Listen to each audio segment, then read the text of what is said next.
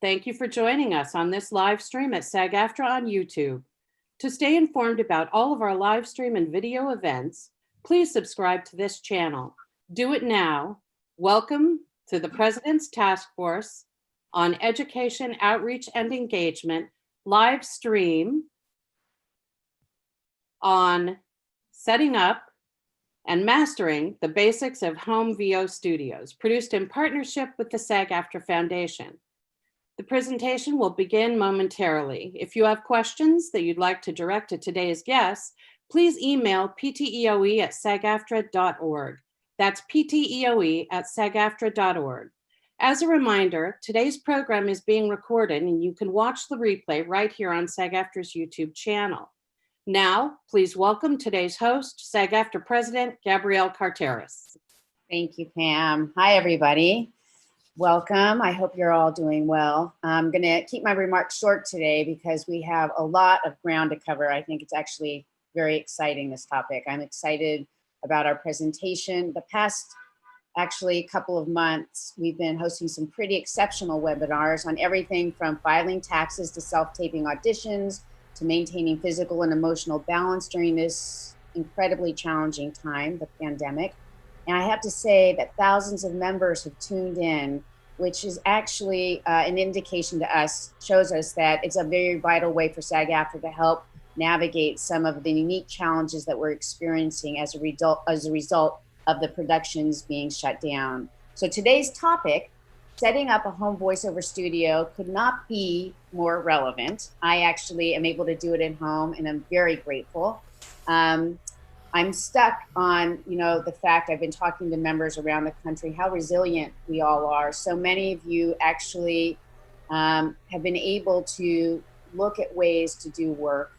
And in understanding that right now, so much of our business is stopped, you're looking to say, what can I do instead of just the typical things I've done in the past?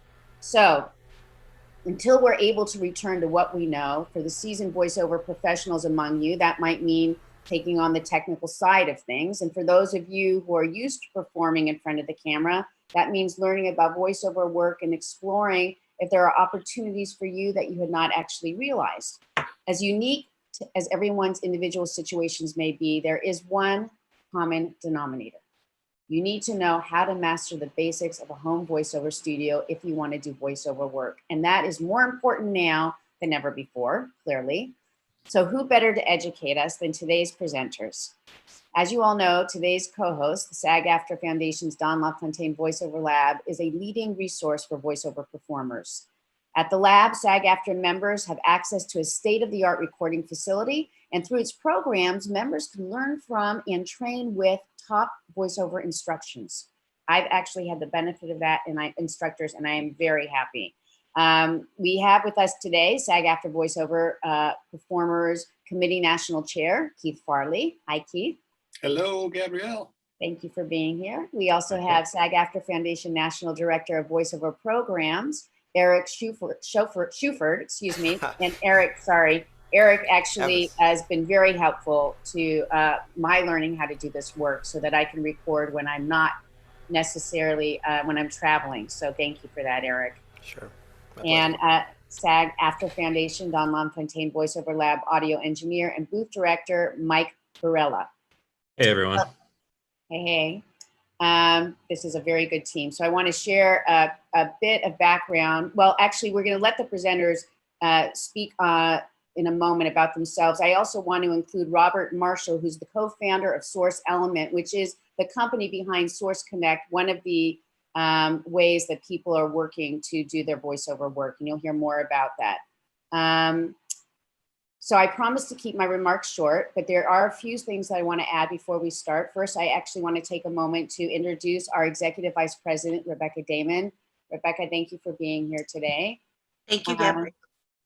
Thank you. It's going to be good. Rebecca will be taking over as I have to go back to our negotiations, but I wanted to be here with everybody.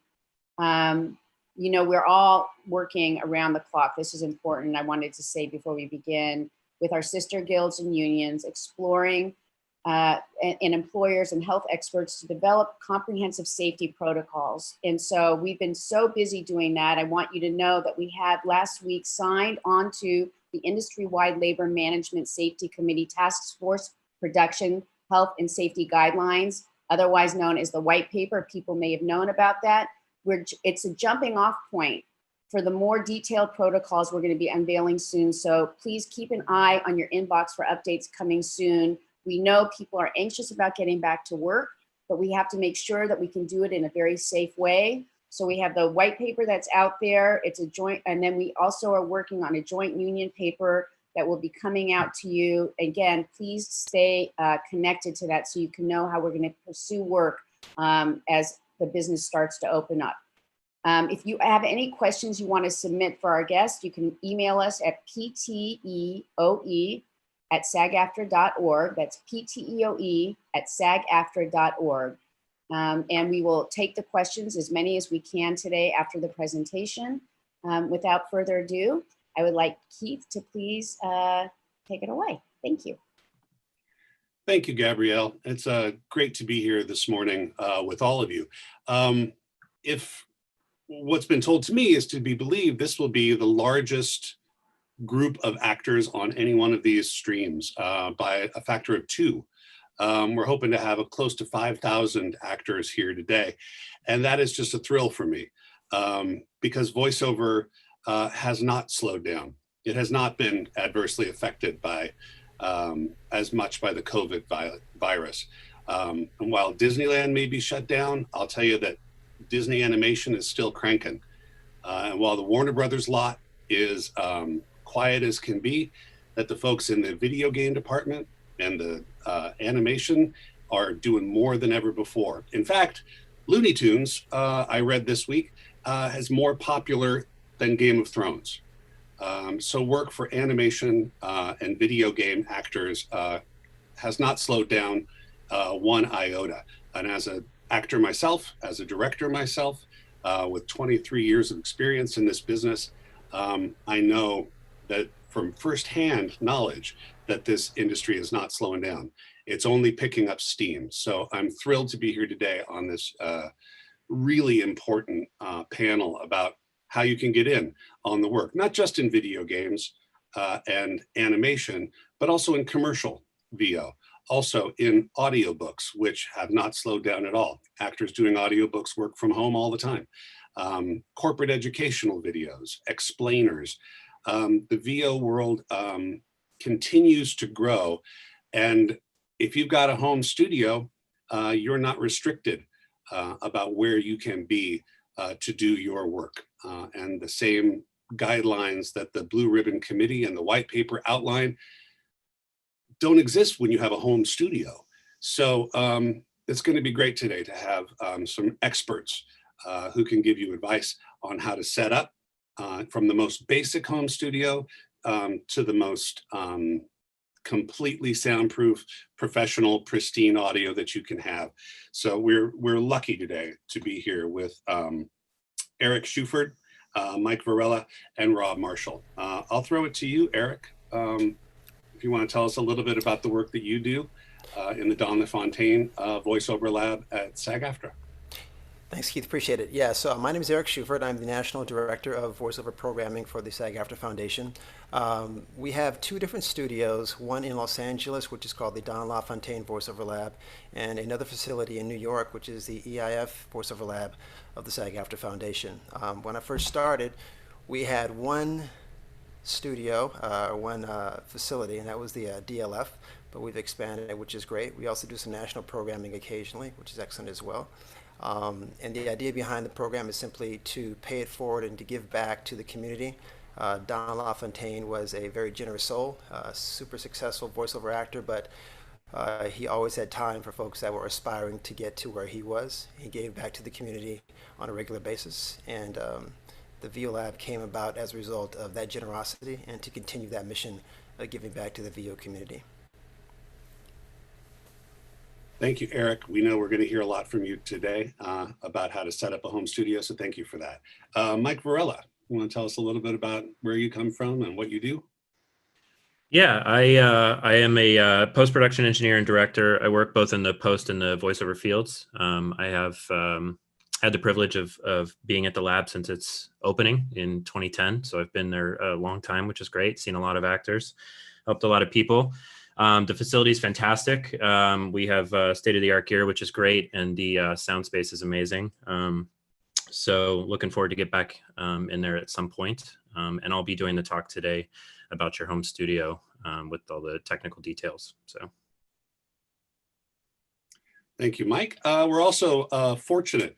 For those of you who are working from home, you've certainly heard of Source Elements and Source Connect. They are an industry leader, along with folks like IPDTL, ISDN, for the both of you who still have ISDN, and Phone Patch and other ways here. We're actually really grateful to have Rob Marshall here from Source Elements. Rob, tell us a little bit about yourself and how you got here today. Sure. Well, thank you for having us. My background is mainly as a post-audio engineer, sound designer, mixer. Started with Source Elements from the beginning. We, way back in the day, used to complain about how expensive and how cumbersome ISDN was. And that's when we had amazing T1 lines for internet connections. And after complaining about it enough, we finally sort of got to work and built the first version of Source Connect in basically 2004, 2005. Here we are, more years later than I want to admit. And yeah, Source Connect's become a mainstay in the voiceover industry, in the film post-production industry, and as well as music and just all types of remote audio. But my background also just as an audio engineer and a post mixer, I think, which I still do to this day, can help out beyond just Source Connect and add my 2 cents in as far as home studios and setups and whatnot. So thank you for having us. And let me just be clear before we go on that that's not a background from Zoom behind you. That's an actual recording studio. Yeah, this is my home studio that I have. Yes, I have a just a little something. Yeah, all of us to aspire to. I don't recommend it. It's kind of like a crackhead. Well, it's great to have you here, and let's get to the program. Now you know who's going to be on. We've got a really thorough program from the lab, which should answer a lot of your questions if you're curious about how to set up and maintain a recording space, or a home studio, or a travel rig. So I'll turn it over to Aric and Mike for their presentation, and then after that, we'll go to Robert. And we'll hear a little bit about Source Connect, and then we want to make sure we leave lots of time.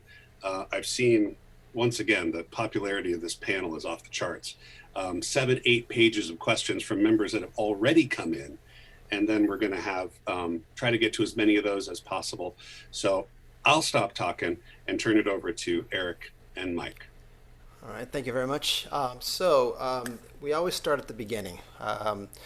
For SAG-AFTRA members, I want you all to know that the services that we offer at the SAG-AFTRA Foundation are free to you. So you have access to the recording studios, to our engineers, to the programming that we offer. That is free to you as a SAG-AFTRA member. In order to become eligible, some of you out there may already be eligible, but if you're not eligible, you'd have to establish a SAG-AFTRA Foundation user account. That's a pretty easy process. I can run you through that really quickly. We're going to do a basic share screen and see if I can pull this up so you can see how this process will work. And we'll reposition that right there. Cool. All right, so initially when you arrive at SAG-AFTRA.Foundation up top, you're going to go over to the Sign In tab, which is on the right side of the screen here for me. You'll click that and you'll see a pop-up window. In that pop-up window, you'll see the option to create a new user account.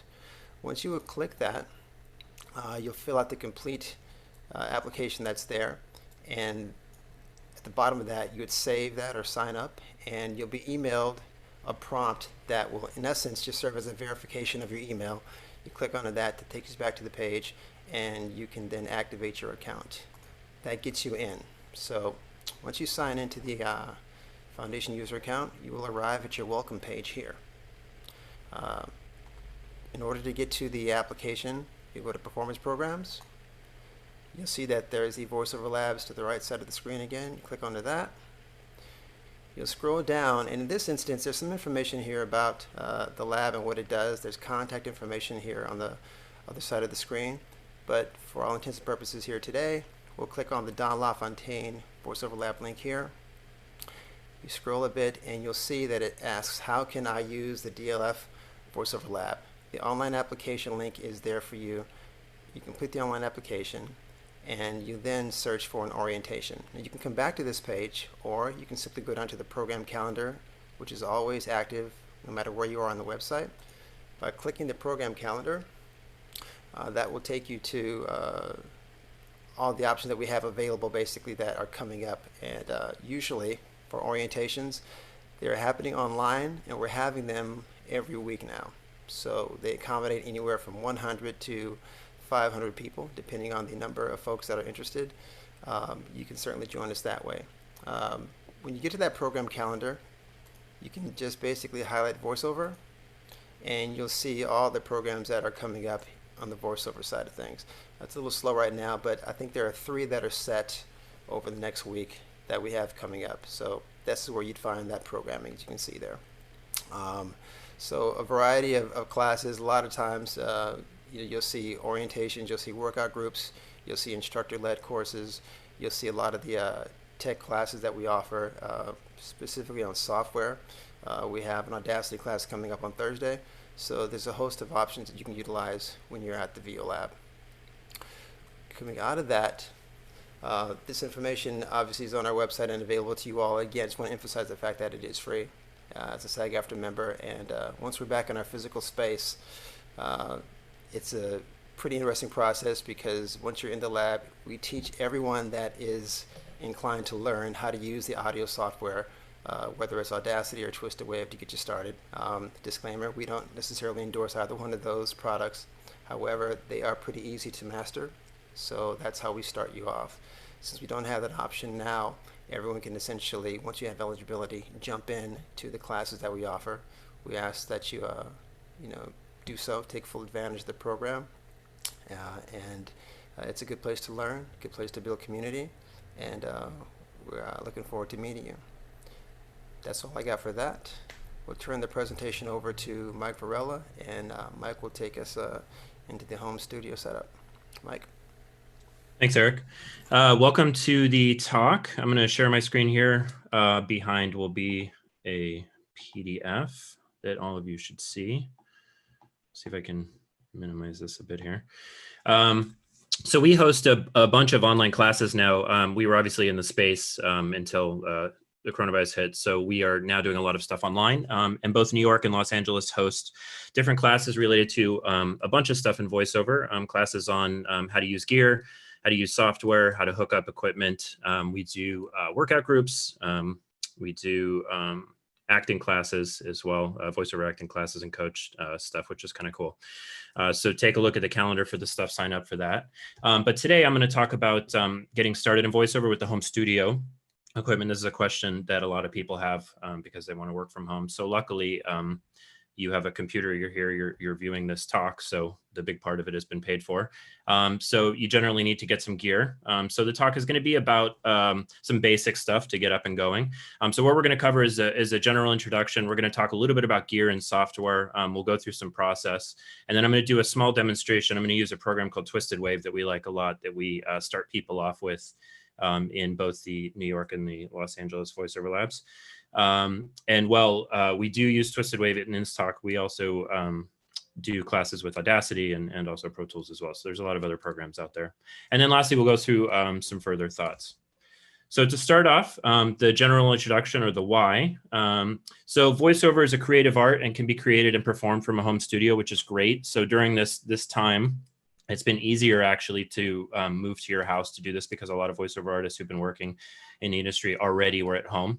But if you were an actor and you were on camera and you were trying to transition into working from home, VoiceOver can work for you there. Home studios for VoiceOver aren't very difficult to build. You can obviously go nuts and build something like Robert's picture, which is fantastic, Robert. Studio looks great.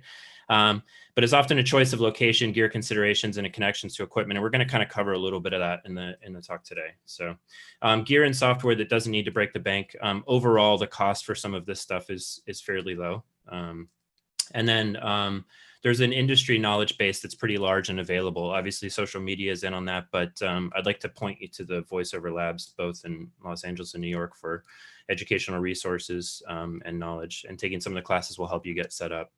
Voiceover is a term used to describe a large field of specialties and practices, but there are many avenues and creative endeavors there as well. So we're going to cover a little bit of that. So let's first talk about the gear. So the stuff that you're going to need. So in general, you're looking for a computer, a laptop, or a desktop. It can be Mac or PC. It doesn't really matter. Age doesn't play a huge factor into the voiceover world, whereas it does in the video editing world. But generally, a computer under 7 years old is pretty good. The march of technology keeps going. There's software updates. Anyone who's sort of moved to Catalina on the Mac recently knows of some of the pain points of that. Also, as a computer ages, the fans begin to kick in.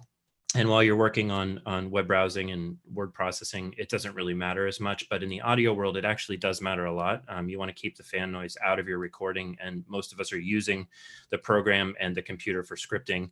And so it tends to be pretty close to the microphone. So you're going to want to make sure that you either can divorce the computer from the recording situation if you have the space to do that, or you sort of keep up with the unit itself and make sure that it's not too old.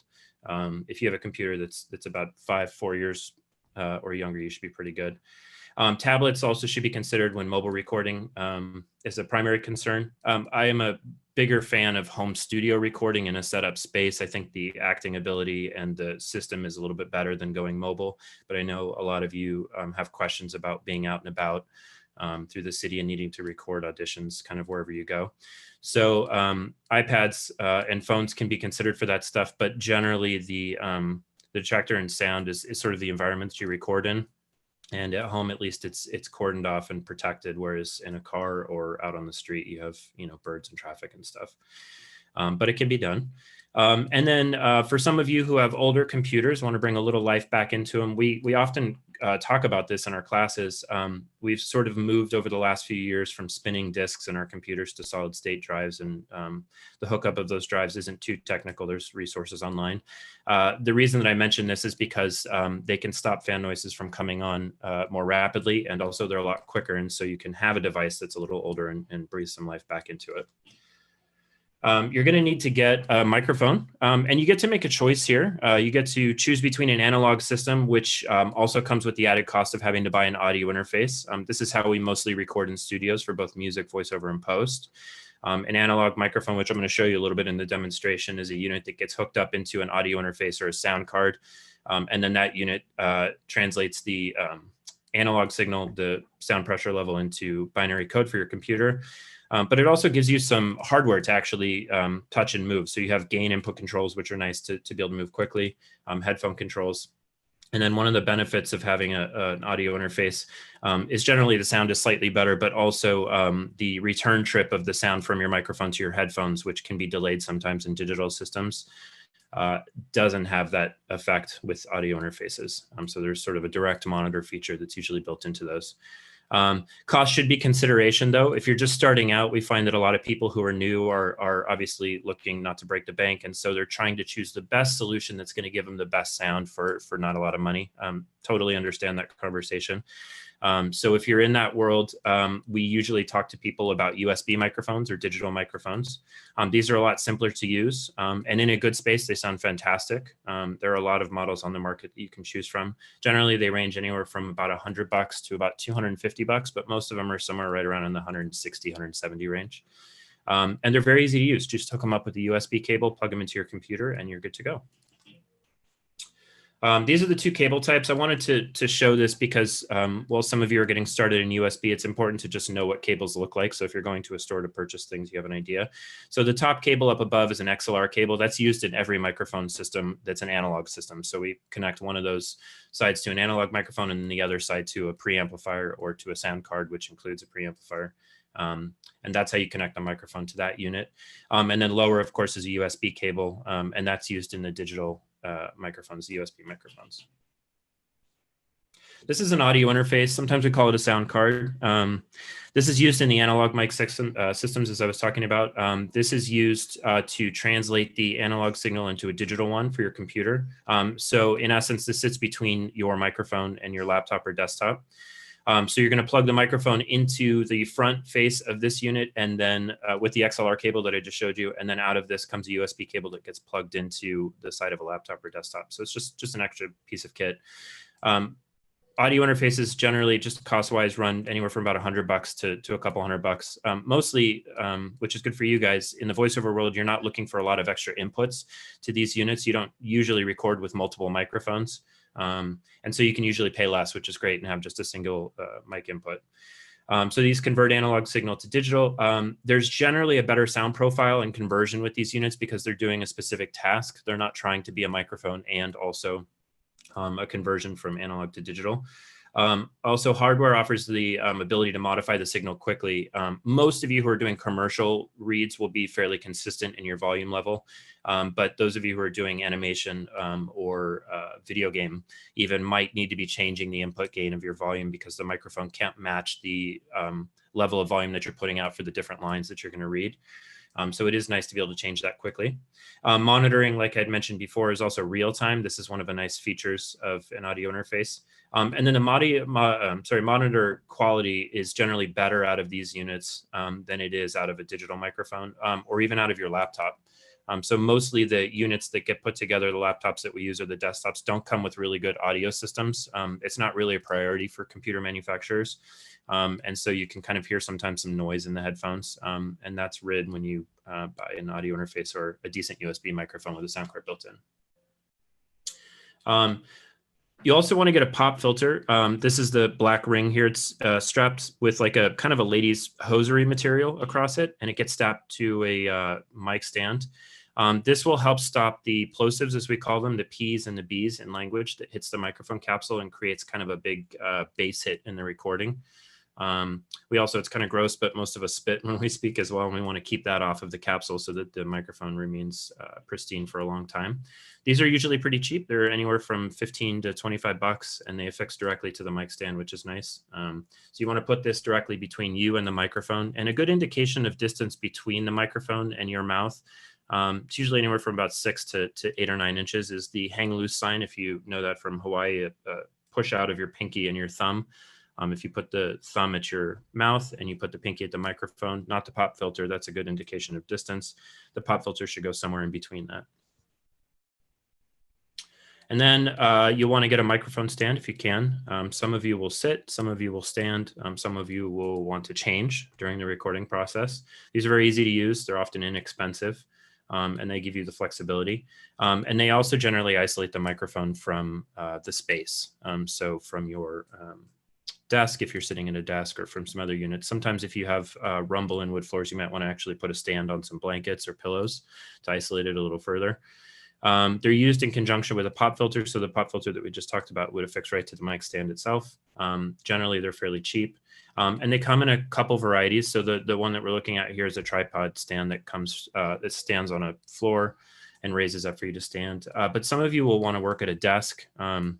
They have desk mic stands that are just a shorter version of the one in the picture, which is nice, that you can put directly on the desk. Also boom stands, which are big, would use these a lot in ADR for film, where we have a larger room and we have to hang a mic at a distance.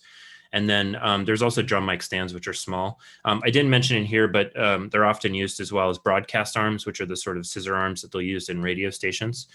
Those can be really helpful too in a small booth and also a desk if you need to pull something close to you to read and then push it away and use your computer. And all of them, except the boom stand, generally range under 50 bucks. You're also going to want to get headphones. And so there are a lot of choices for headphones out there. Of course, most of us who have phones have earbuds that come with those units.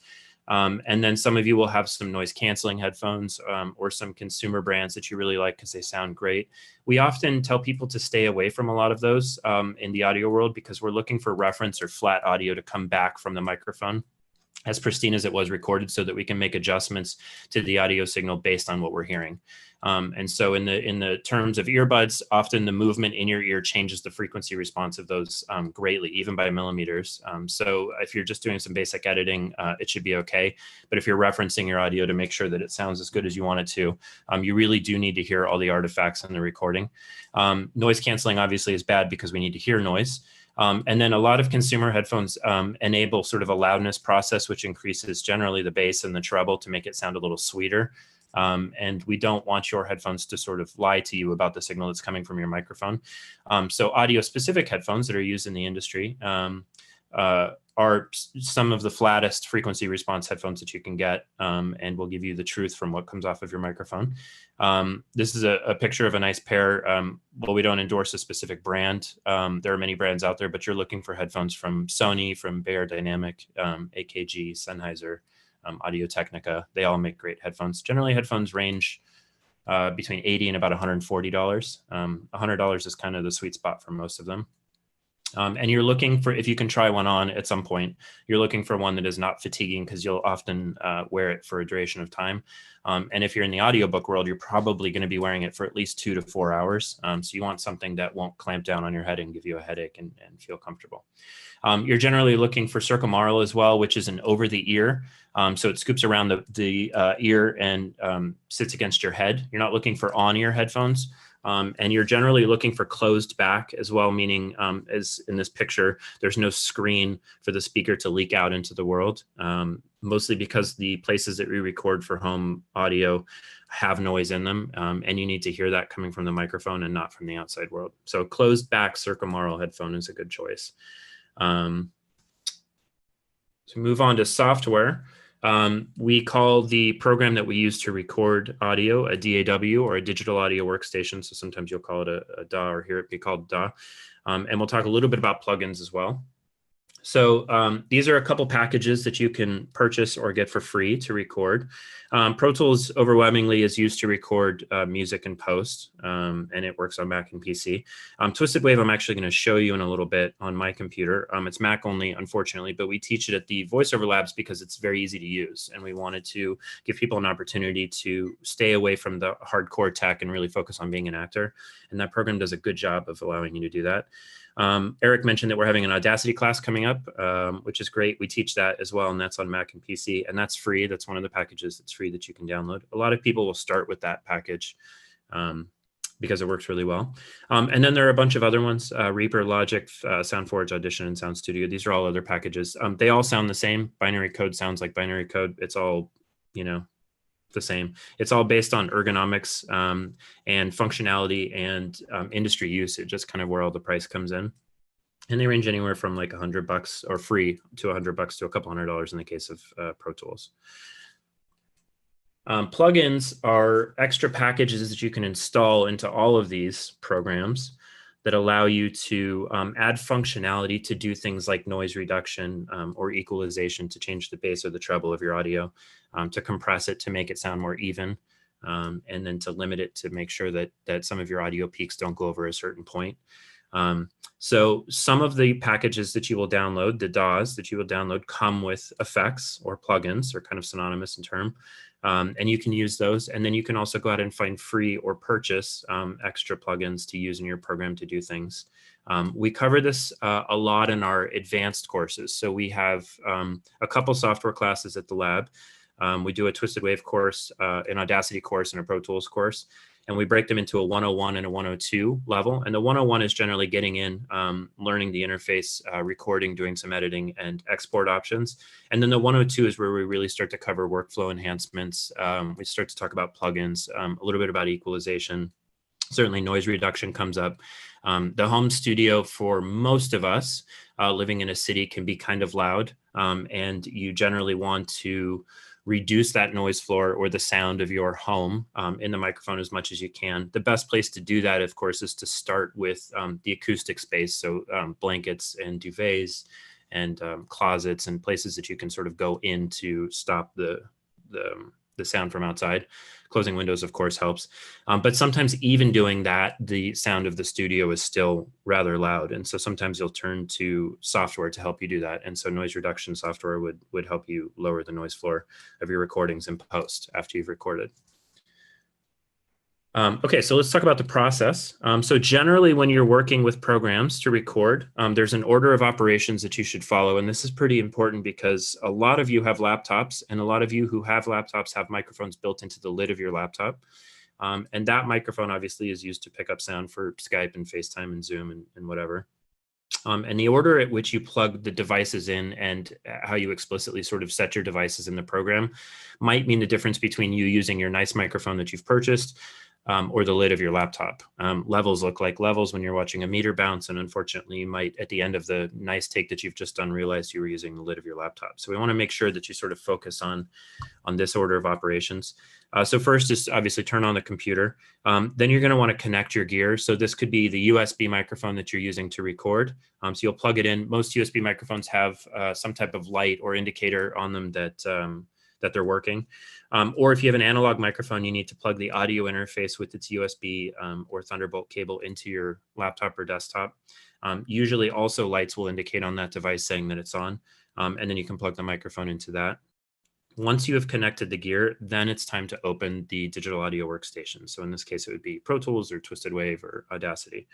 You would open this up. When you open up software in your computer, it will go out into the operating system and ask what's available for it to use. And because you have already plugged the gear into your computer, it knows that it exists in your system.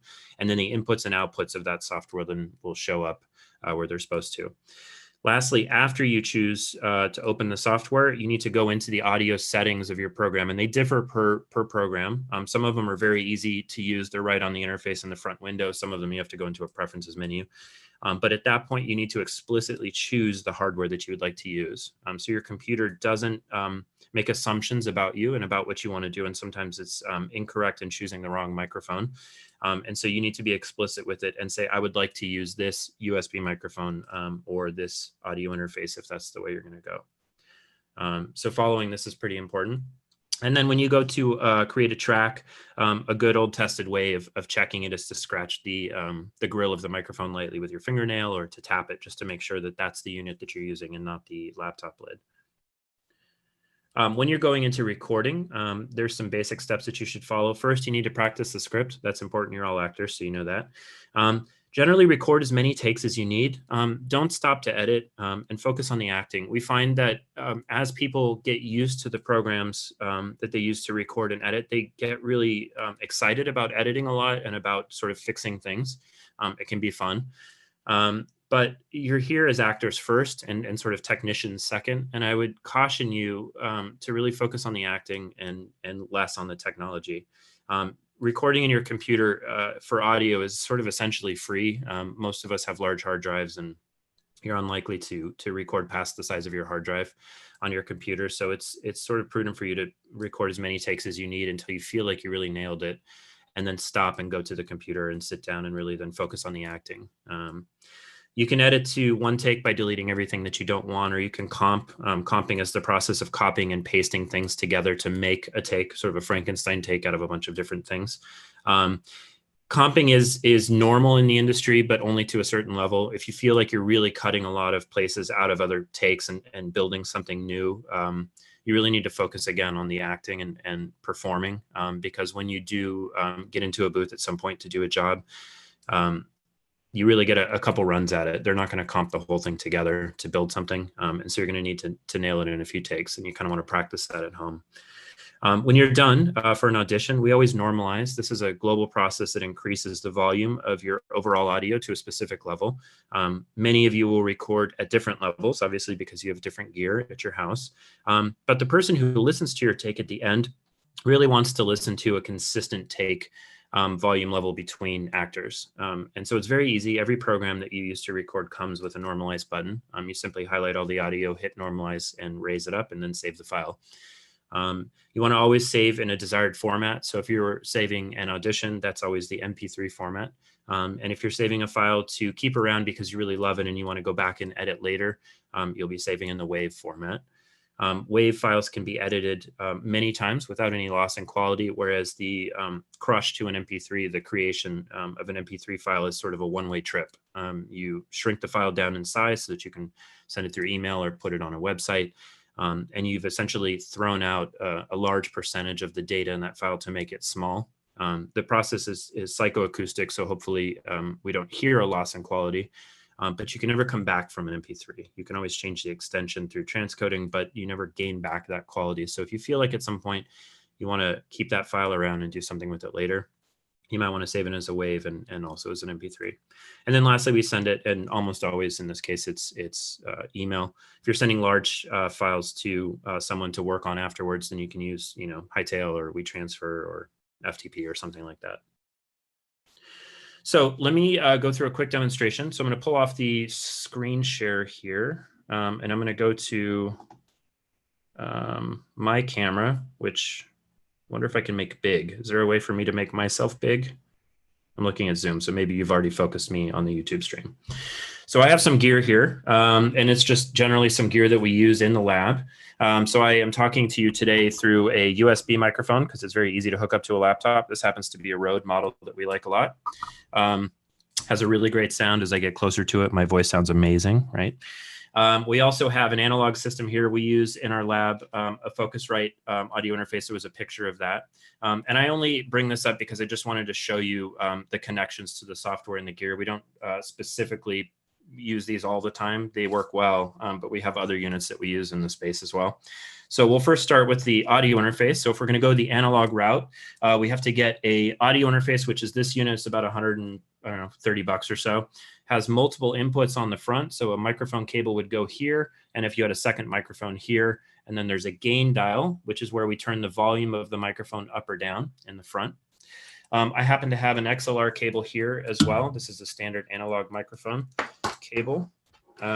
Here is the tip that would go into the audio interface. So I would plug that directly in to this unit here. And then one of the nice things about some of these audio interfaces is actually the trim level around the input gain lights up with a 3-color LED to tell you the input signal strength, which is nice. Over on your right side, or my right side, is the volume dial for the monitor. So if you hooked up speakers or headphones, you could change it there as well. So this gets plugged in with USB. That's on the back side. That goes directly into your computer. So that's the analog world. And then connecting a analog microphone, just so you can kind of see it.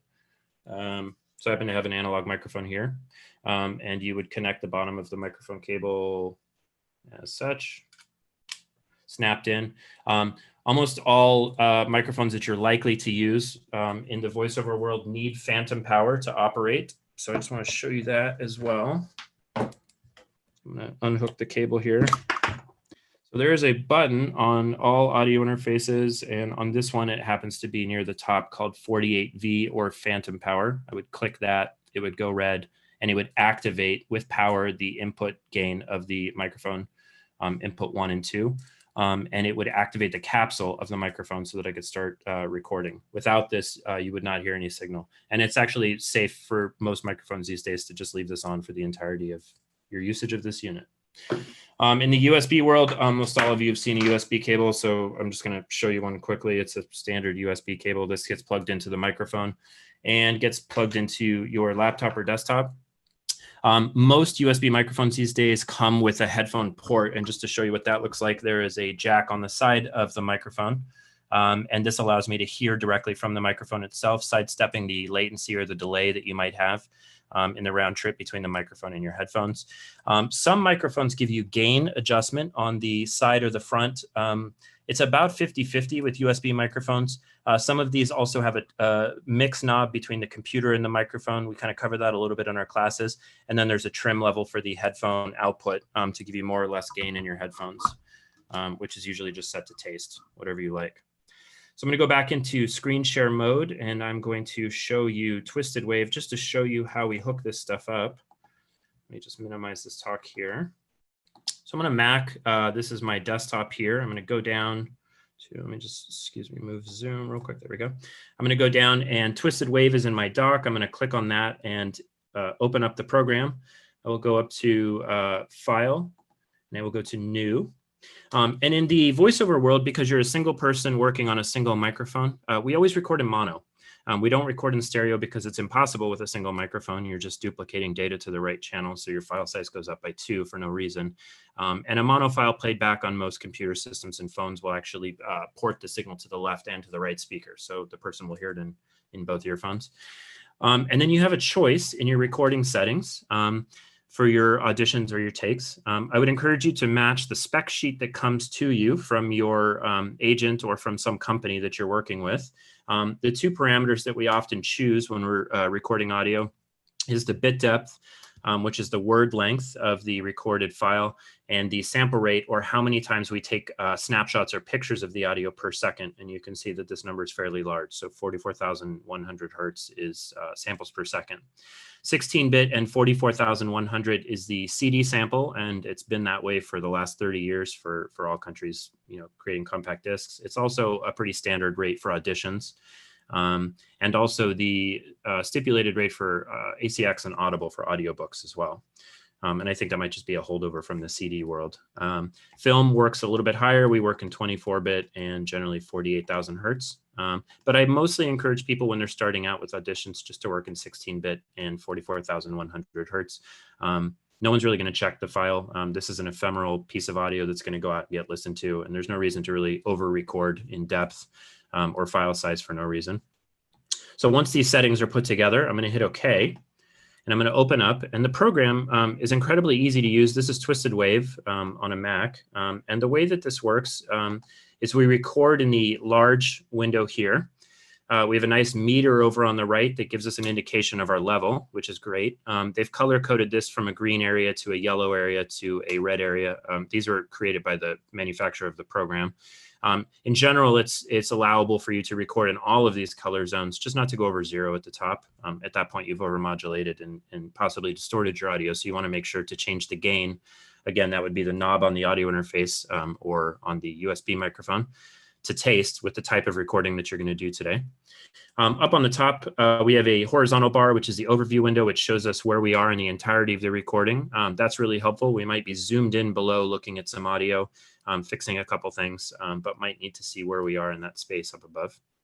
And then all of your features that you're going to use are up on the top toolbar area. So we have some transport keys on the left, so back, play, start, forward. We have a loop feature that we can turn on if we'd like to. Zooming controls, which we use often in audio, and also undo and redo as well. Sometimes you cut something and you want to try it and you want to undo it because it wasn't as good as you thought. So those are there to help you out. This program offers a vertical zoom, which is really nice. It allows you to make the waveforms taller so you can investigate some of the quieter areas if you need to be fixing room tone issues. And then we talked a little bit about normalize. Here's that button. It's very simple. And then over on the right, we have a cursor selection and also a let me just see if I can show you here, a selection length as well. The selection length is very handy. It allows you to highlight some audio in the main window and find out how long that audio is. And in the world of voiceover, we're really concerned a lot about time. We need to make sure that we're in a 15 or a 30, 45 or a 60-second spot. And it's a good way to find out how long stuff is. So we talked about the order of operations a little bit ago. So I showed you some of the hardware. So my computer is obviously on, we're zooming. I have plugged the gear in and there are lights activated on both the USB interface and also the analog microphone. So now I've opened up my program. The program understands that things are plugged into my computer because I followed that order of operations. And now I need to explicitly set the audio for this program. And the way to do that is to go up to the audio menu and to go down to input device. And this is very specific for this program. Audacity is a lot like this. It's actually in the interface. But here you can see that I have a couple input devices. Today I'm talking to you with the Rode microphone, so I'm going to choose that. And then I also would like the sound to come out of that Rode device. So I can choose the Rode device here and it would come out because I'm plugged into the side of the unit itself. And that's always advisable. So if you have headphones and you're using them for a recording session, if it's in an analog world, you should be plugged into the audio interface itself. So the input would be audio interface, in this case, Scarlett, and the output device would be Scarlett as well. That's for the analog world. For the USB world, I plugged my headphones into the side of the USB microphone. The input device is the USB microphone and the output device would be the USB microphone as well. I'm actually going to choose Zoom audio device because I'm going to send my audio to you, which I think you can hear. So I'm going to choose the output there. And I'll just record a little bit so you can hear something. So I'm going to go up to the record button. At Panera, I'm a little loud for my recording here, so I'm going to stop. I haven't set my levels correctly. With the USB microphone that I'm using, I'm not able to change the input volume on the unit itself. So what I'm going to do is actually go into my system preferences. So I'm going to go up to the Apple on my computer, system preferences. I'm going to go into sound. I'm going to choose input and Rode. I'm forced into the system preferences menu because there isn't an input gain for this microphone on the unit itself. So I'm going to turn this down. This slider is an indication of volume adjustment. I actually like to record in Twisted Wave and flip back over to the input to change it because the meter in Twisted Wave is more accurate. I don't know what these are, so I'm going to change it with my volume. I'm looking to hit an average of about -12, which is a good level for most commercial voiceover. At Panera, we decided, coming down. At Panera, we decided, there we go, looks good. I'm going to flip back over to the program. I'm going to highlight all of the audio and hit delete, and now I'm going to record a spot. At Panera, we decided a long time ago to avoid the easy road and switch to antibiotic-free chicken. That decision set a lot of things in motion. So now it's not just chicken raised this way. It's more ingredients you can trust, which has taught us a lesson. Sometimes the harder road is the only one worth being on. Panera Bread, live consciously, eat deliciously. Panera Bread, live consciously, eat deliciously. So this is a spot from a number of years ago. I happen to remember it because I use it a lot. So I'm going to go back to the beginning of the take. You can see that I've recorded a duration of about 30 seconds here. I did make some mistakes, so we're going to edit those really briefly. So I'm going to click switch to antibiotic-free chicken and switch to antibiotic. Okay, so we have an and switch. So I'm going to zoom in to find that. And switch. Okay. From the and switch to the and switch, this would be the wrong piece of the recording, and the corrected one, I'm just going to hit the delete key.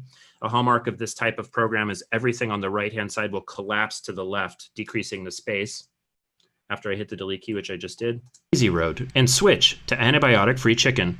That decision set a lot of things in motion. So now it's not just chicken raised this way. So I mistaked on or screwed up a little bit on the chicken here, so I'm going to do the same thing here. So now it's not just chicken so now it's not just chicken, and I'm going to hit the delete key and review. In motion. So now it's not just chicken raised this way, it's more ingredients you can trust, which has taught us a lesson.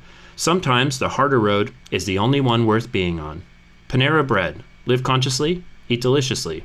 Panera Bread. Again, same thing. I like my second tag here. So I'm going to highlight from the first tag all the way through to the beginning of the second tag, and I'm going to hit the delete key. And then at the very end, there's just some extra recording I'm going to delete as well. I'm going to go back to the beginning. One way to do that is to scroll, but I can also grab the area in the overview up above and actually move it to the left-hand side, which is nice. We generally start our takes right on time. So I'm going to hit delete to clear that, and I'm going to zoom out. And then before I save this, because this is an audition, I want to normalize this file. So I'm going to double click the audio and go up to normalize. What's happening in this case is the computer is going through my audio and it's finding the loudest peak, the loudest modulated point, and it's giving it a number. I'm not sure what that number is. The computer knows. And it says, okay, Mike, where would you like me to move that number to? I generally normalize to -1. Some people normalize to -3. That's a taste thing. This slider up here, the horizontal slider, is the same as the one on the right. -1 is 1 decibel below 0. We use peak value. I'm going to hit apply, and it's going to move that loudest point up to -1 and everything else up by the same amount. Normalization is the same process as turning the volume up in your car, just everything gets louder. So now everything is louder. The amplitude of the waveforms is taller, indicating that it's louder. I want to save the file, so I'm going to go to File, Save As. I'm going to save this to my desktop. I'm going to call this Panera. And I can choose a file format here. We have many. We go between WAV, audio for the high resolution, and MP3 for auditions. You can also choose settings here to choose a bit rate. We go more into this in the classes, so I'd encourage you to take those, and I just hit save. Goes through and saves the file, puts it on my desktop. I can then quit Twisted Wave. Here's that file, and I would email it off to the person that I want to send it to. So that's a sort of a brief introduction to Twisted Wave. And then last, some further thoughts about the education and remote recording. For education, the Don LaFontaine Voiceover Lab offers a state-of-the-art facility. We kind of talked about that. It is true. We have an amazing mic locker, and the gear that we use is the same gear you'd find in big studios, which is great. So you get experience with that. And it's led by professionals who have years of experience working with that. So there's a wealth of knowledge there to learn from. There's a variety of programs. There's industry-led instruction from people who are out in the industry, which is great. And we also do one-on-one consultations, which is nice to help you with gear setup and also process. And we're education first. We focus on education over everything. Robert's going to go into recording remotely after me. It's great that he's part of this talk because he can speak a lot more to Source Connect. But there are a few solutions. These days, obviously, all of us are at home. And the voiceover world, while it's been at home, now the question is from mostly agents is, it used to be, can you record from home? Do you have a home studio? And now it's, do you have a home studio? And can you also record remotely through a solution like Source Connect or IPTTL? And most people who are coming online now have to sort of answer yes to both of those. Luckily, it's not super challenging. Both packages, Source Connect and IPTTL, offer a pretty easy to use interface to get audio to someone else. I have used both of these. I use Source Connect often. They often come in a rental and a purchase option, so you can own the software, you can rent if you need it, which is kind of nice. And some of them are online as well in the case of Source Connect now. And then lastly, your ability to shine. Believe in yourself, that's important. I know this is some basic stuff, but I talk to a lot of actors or have talked to a lot of actors over the years. And believing in yourself and sticking with the journey is important. Seek out help from professionals. I think that's key. We've put the lab together to give you access to people who've been working in the industry for a long time. And it's good that you get information from people who are actually performing every day or doing the digital stuff, the tech stuff. So you get the right answers to the questions you have. And also understanding that the journey itself is the goal. You becoming a better actor in the voiceover world is the journey. And even though getting to the end with a demo or an agent is good, the practice getting to that point is what makes you great. Educate yourself as much as you can. There's a lot of online resources, social media and books that are out there. Ask a lot of questions and then learn to let go sometimes. I see this in editing all the time. People are really specific about things, and sometimes it's better to just let go and let the acting ride. Lastly, I'm going to post this up for you guys. This is contact information for the space and how you can reach the two people you might need to reach. Aric? There it is. Thank you, Mike. We appreciate that. So as Mike states, this information is readily available to you also at our website, SAG-AFTRA.Foundation. Feel free to get started if you want to jump into some classes.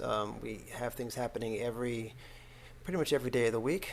So there's always something that you can get involved with. And if you do, again, have questions, feel free to send an email, and we will be more than happy to help you out with that. All right. Thank you. Keith? Wow, that was terrific. Thank you so much, you guys. What a great resource for this community. That pretty much covers how you get audio into and out of your computer and off to an agent or a client who might be performing auditions. And now we're going to move to the next step, which is booking the job. And if you're going to book the job and you need to record and audio from home, but not just record audio from home, but get it to a studio where they can record your audio too, you're going to need a program that's designed to do that. And that used to be rarefied air for the voiceover performer. If you didn't have an ISDN box, which used your telephone lines, the ones that are made out of cables that are put in the ground, you couldn't do it. And sometimes that was not in your neighborhood even, so it wasn't even an option for you. Now with the advent of computer technology, and now the computers have gotten faster, a lot of that stuff is being done online. So we're very fortunate to have Robert Marshall here from Source Elements, which has the programs Source Connect, Source Connect Now, Source Connect Pro, Source Connect Standard, all the different Source Connects, which is one option among many that studios are using. And I invite you also to kind of dig into that and find out. We're not endorsing one company over another here today, but we are lucky to have Rob Marshall. So Rob, I would love you to run us through how Source Connect works, and so that when we as actors book a job and we have to use your product or IPDTL or any of the other products that are out there that do the same sort of functionality, that we can do that with ease, and just focus on our abilities as performers to deliver the best performance possible. Rob? Hello, and thank you for having us over. So yeah, I guess we'll just start with the beginning of Source Connect. You know, making the assumption you've got your mic going into your studio. The most important thing is your room and just dealing with it acoustically. I think one of the things I always explain to people is that is the first thing in sounding good, and the finer points are USB mic versus XLR mic, but really you have to take care of your space. The other thing I always emphasize is don't worry about doing too much. As an audio engineer, we always want to have less. So you don't need to gate, you don't even need to noise reduce really, because maybe that's good for the audition, but once you're on and you're recording, you don't want to sort of corner the engineer into some decisions that you've made when they can probably do all that stuff themselves, and they would rather have the freedom to process things that haven't been processed already. To start with, we make Source Connect. Now is the first version. It's a free service we provide. So you'll see a lot of variants of different communication systems that are provided over the Chrome web browser, or a mini Chrome, like a little app that you launch, which is still really just Chrome. These systems all use the Opus codec, and they're using Chrome as the backbone. They're essentially the same exact thing on all of them.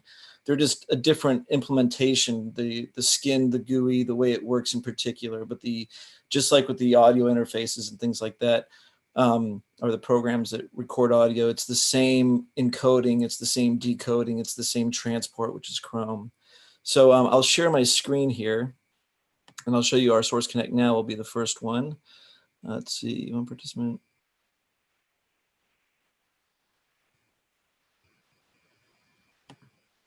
Do I just, at the bottom, I say share screen, and I say desktop. That should do it. I think you have my screen, right? Yes, you do. Okay, so first thing is Source Connect now. The reason why the Chrome variants are not as much liked for studios and whatnot is they basically are built on a system that was designed for general communications. They're really office collaboration and telephone systems that have been shoehorned into doing as best they can at doing high quality, but they still have a number of behaviors that are Skype-like. And so what I mean by that is over the internet, there are going to be errors. And when these systems encounter errors, the Chrome systems really don't employ error correction. They have error concealment. And you see that if you spend time on Skype or others, you'll eventually hear someone take a word and go along, and after that, go really quick to catch back up. And that is the whole concealment. Just it's trying to preserve a conversation, but it's not really focusing on fidelity, which we'll get into in a moment with the upper versions of Source Connect being Source Connect Standard and Pro. Pro X can do up to 5.1 audio, but as mentioned, we only have one mouth, so we're working in a mono world. At Source Connect now, you log in. I'll just log into my account here. And the first thing you're presented with is let's start a connection. So you say that. Mono 128 is fine, even less can sound very good, but somewhere between 96 and 128 is a sweet spot, really. How many people Source Connect now is capable of conferencing? And this is your guest passkey, so you can change that every time, and that way you don't have your Coca-Cola clients here and you do a Pepsi commercial or something like that. So once you have your connection set up, you simply click Connect Now and give it a second. And now you're essentially waiting for someone to join you. Over here, you have your input, or sorry, this is your setting for your quality. This is your input. Right now, mine is set to the main microphone input, but as shown before, you would see your audio input for your interface there. And this is your output. This is going to my headphones. At that point, you can send an invite to somebody simply by clicking this button. You put in their name and their email. You can include the pass key for them to type in, or you can give it to them secretly on the side. And then you, sorry, where'd it go? But if I filled it all out, we would have a send button, and there it is. So for example, me, there's my email for everyone. There it is. So once you send your invite, which is the same as this link up here as well, Your guests can open it. I've got they would open it also in Chrome. I've got another computer I'm showing here. Let me bring that up 1 second. Thought I had it up there. 1 moment. There we go. So the guests could open up, and they could either open that link or they can click on guest sign in. And then they would enter the name that you are. That's your username. That's your name, or your guest's name would enter their own name. The pass key, which I think, yep, that's correct. And then they can connect. And so at that point, it negotiates the connection. And give it a moment to establish the connection. Should see the same over here. 1 second. Hey, Rob. Yes. I think when you were typing in, you forgot the dot in .com when you entered your email address. Oh, I didn't use the invite in the end, but maybe I entered the wrong. I don't think I did. Yay, things working. I put the right one there.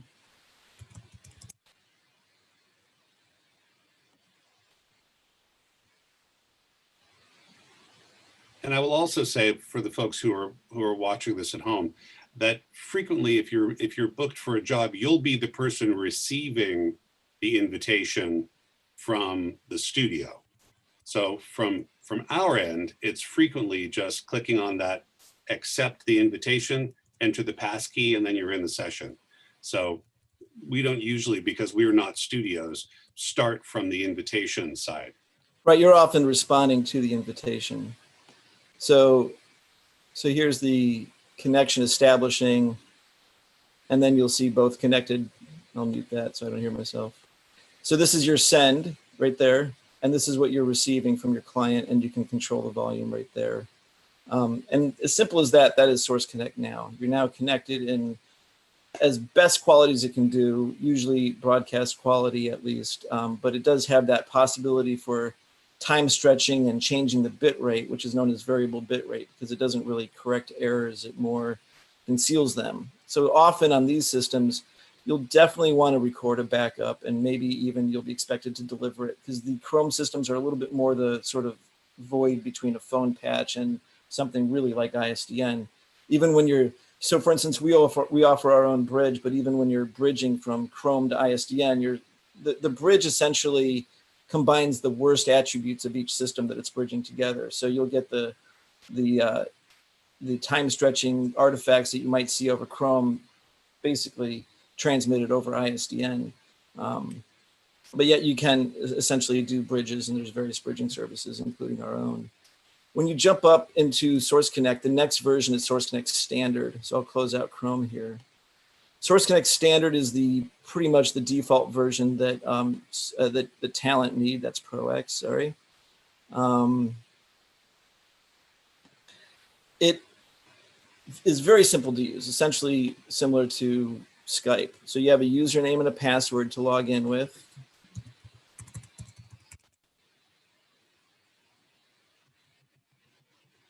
And right now on this particular computer, I don't have ports, so it's going to take a moment. We'll get into ports. My ports are actually currently over here with Source Connect Pro. So my standard version doesn't have the ports, but so you might see this port unmapped message, and we'll get into that in a second. The ports essentially determine your ability to receive audio. And there's a few tricks that Source Connect has for getting through firewalls. In Source Connect Standard, the main thing you want to look at once you've launched and logged in is the audio options menu. You're always going to use high quality. You're always going to use mono. 48 or 44.1, depending on the industry you're working with. Typically, you'll want to work at 48 and match what the post house is using, especially because they might be using a secondary system called auto restore and auto replace, which is another one of those features in Source Connect we'll get into that really kind of sets it above some of the other systems. Your buffer, you can leave it alone at low for the most part. And then here's your input and your output. So again, you'd pick your microphone, be it USB or from an audio interface, and then your output would be your headphones. One thing to go into with headphones, just as an aside, closed back headphones were mentioned, and these are extremely important when you get into remote connections, because you don't want the headphones leaking back out over to your microphone and causing an echo for your clients to hear themselves. So sometimes actually for that reason, if they isolate better, the in-ear buds that kind of seal into your ear can often be a good choice, because if they're comfortable and they isolate better, that can be preferred in a remote connection. But definitely a closed back pair of headphones. So once you're logged into Source Connect, the core of it is essentially just like Skype. You have a username that you can give to your clients. They would log in. And then at the time of the connection, they would also see you online because you're logged in as well. I'll go back over to my other system. Maybe I can pull up a connection that way. And where did I put it? Show you what an invite looks like. Apparently get another system back up here.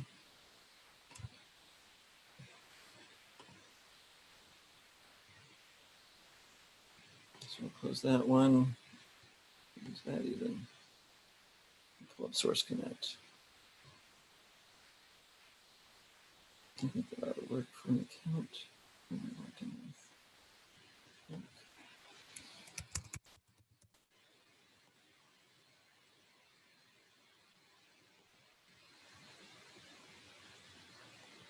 Okay.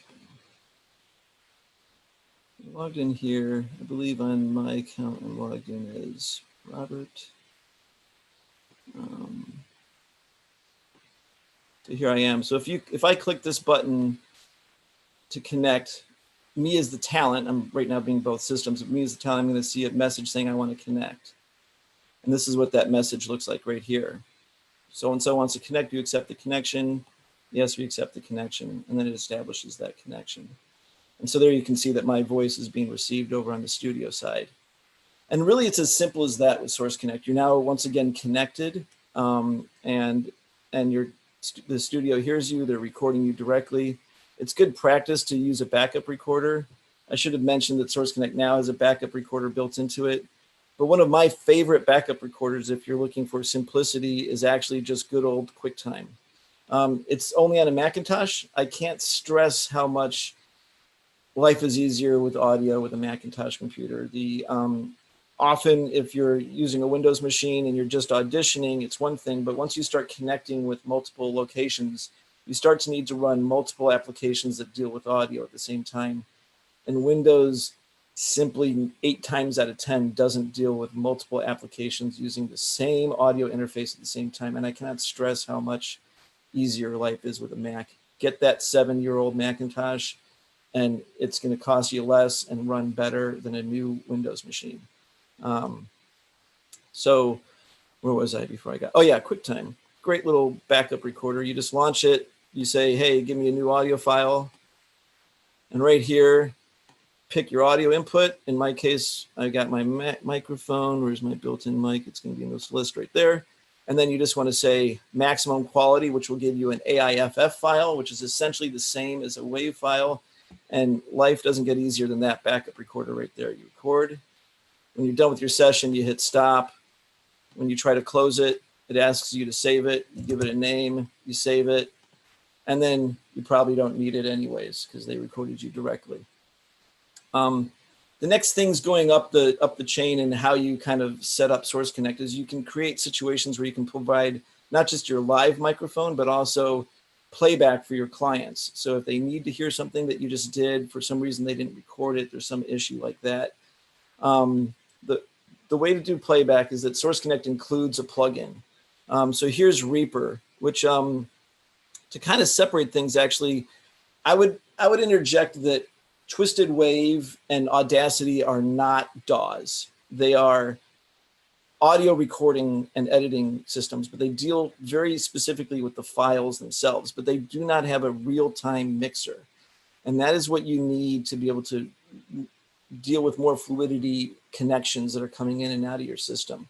So something like Reaper, Pro Tools, even Audition, those are full of workstations, digital audio workstations, and they have a real-time mixer in them, and they're not just dealing with things on a file level for recording and editing.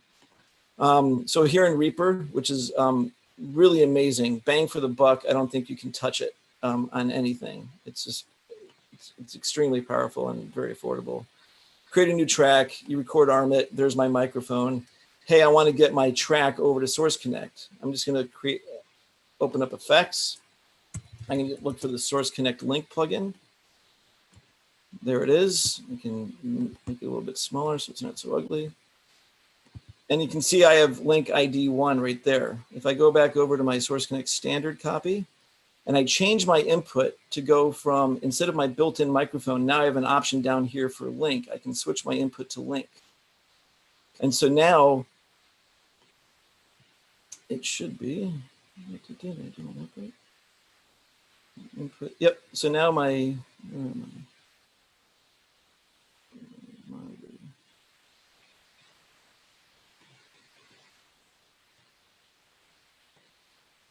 one second.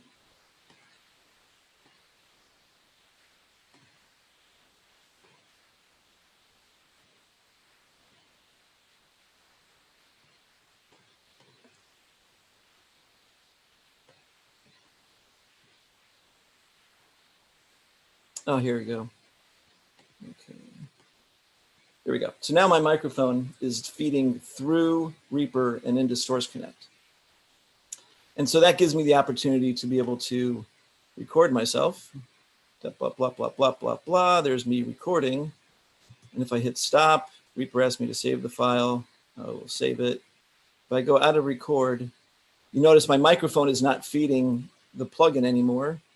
And therefore, my microphone is not feeding into Source Connect. But if I hit play in Reaper, I'll try to window this up so you can see it. Now my playback is going over to Source Connect. So I can provide playback directly from a workstation to the clients. The same trick can be used for phone patching with Source Nexus and other types of routing. Source Nexus gets into a lot of other setups where if you need to be connected to a studio in one place and have your clients connected in on Zoom or something else, Nexus can create those multiple conferences of multiple systems together. Typically, you shouldn't have to do that. The recording studio should be doing that. But what's happening a little bit more and more is that the talent is being assumed to be the audio engineer. And so maybe you're recording yourself and the studio, for whatever reason, isn't ready to patch all those other endpoints in. And we've seen a few instances where talent have had to create these conferences of not just themselves, but their clients as well in a phone patch sort of context. And it's going a little bit beyond, but it might come up depending on what level your clients are working at and what they're expecting of you. I personally think that that should be all in the domain of the recording side, and that's typically where it is happening. The next things that Source Connect can do for you, however, are it can lock the transport with the studio that you're connected with. So now you can do sync to picture records in perfect sync. So I'm going to create a new track here, and I'm just going to put another plugin in here called SE Rewire. Oops, again.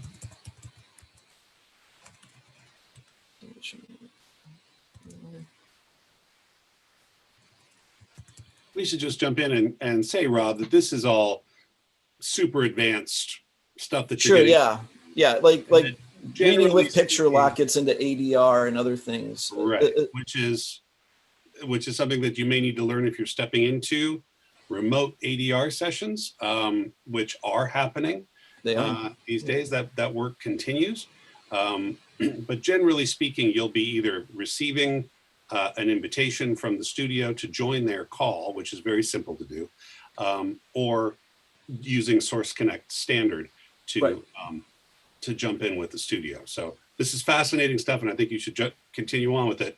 But I don't want anybody who's watching from home to feel like they need to master this in order to get going in VoiceOver. Yeah, of course. Like essentially, once Source Connect is launched and opened, it provides a very high quality connection that tends to hold on stronger than other sort of more consumer-based connections. And typically, that's it. They're recording you wild. You're recording a backup. But I joke, but it's kind of true. You probably won't need the backup. Just just to kind of get out of it quickly. But this is a remote player that we make that allows the studio to give you a picture, and they can control the picture very easily. So you can just read along with picture. And they capture it in sync on their workstation. Typically, it's Pro Tools, and then in Source Connect, the what do you call it? The transport feature is down here on your side. So all you would have to do on your side is select receive, and you would then be set up to basically have your picture controlled by the other side. One thing to note, the reason why it's grayed out here is because we are sample rate converting. I'm on 44.1 on this system, and the connection I'm making is to another system that's at 48. And you notice Source Connect automatically sample rates converts, but when it does that, it removes certain features, and one of them is this ability to transport lock. The other one is actually the ability for Source Connect to manage all the recordings and essentially guarantee that they're perfect on the remote side. So if the studio is using Source Connect Pro, talent can be using Source Connect Standard. Source Connect includes the specifically the auto restore feature. You need Source Connect Pro for auto replace, which we can get into. But what auto restore does is it tracks all the recordings that they're making of your performances. So take 1, take 2, take 3. Maybe take 3 has a glitch in it because the internet kind of had a problem, and Source Connect, even though it tries to literally fix everything in real time, if it can't, what Source Connect doesn't do is it doesn't fake it. So it's very binary. The audio that's received on the other side is either perfect or literally not there at all. And if it's not there, it's a dropout. And then the queue manager kicks in on the remote side. All the talent has to do is log into the queue manager. And then their system will track those recordings. If it finds a glitch, it will go back to your system, ask for the missing audio, put it back into their audio file so that maybe after you do take 4 and take 5, when they go back to play take 3, they had the glitch is fixed. And so this is something that really sets Source Connect completely apart from other systems. You can't do that with ISDN. You can't do that with anything that really doesn't treat audio in terms of fidelity and more just treats it as a means of communication. And so that essentially guarantees that what they receive on the remote side is perfect. And that, for many reasons, the fact that it plugs directly into their systems, has the queue restore and replace system, and whatnot, it really makes Source Connect the premier choice for really all of these remote post sessions. It comes from a legacy of where ISDN was that exclusive club. To quickly go into it, we can bridge you to ISDN if necessary. Our bridging service is, you can get to it from your Source Elements dashboard. So scoot over here and we'll log in. And what this does is it makes what's happening on your computer translate to a box that is used to receiving telephone signals, right? Exactly. So a bridge literally goes from one system to the other. And so the advantage of a bridge is that it's very flexible. You can be on your computer, they can be on their hardware from 1983, and you're still going to get connected. The bridge literally is, think of it as like hopping across lily pads to get there. From your dashboard, over here is your application section, and then over here is our ISDN bridge service. In the way we work, you have to log in again.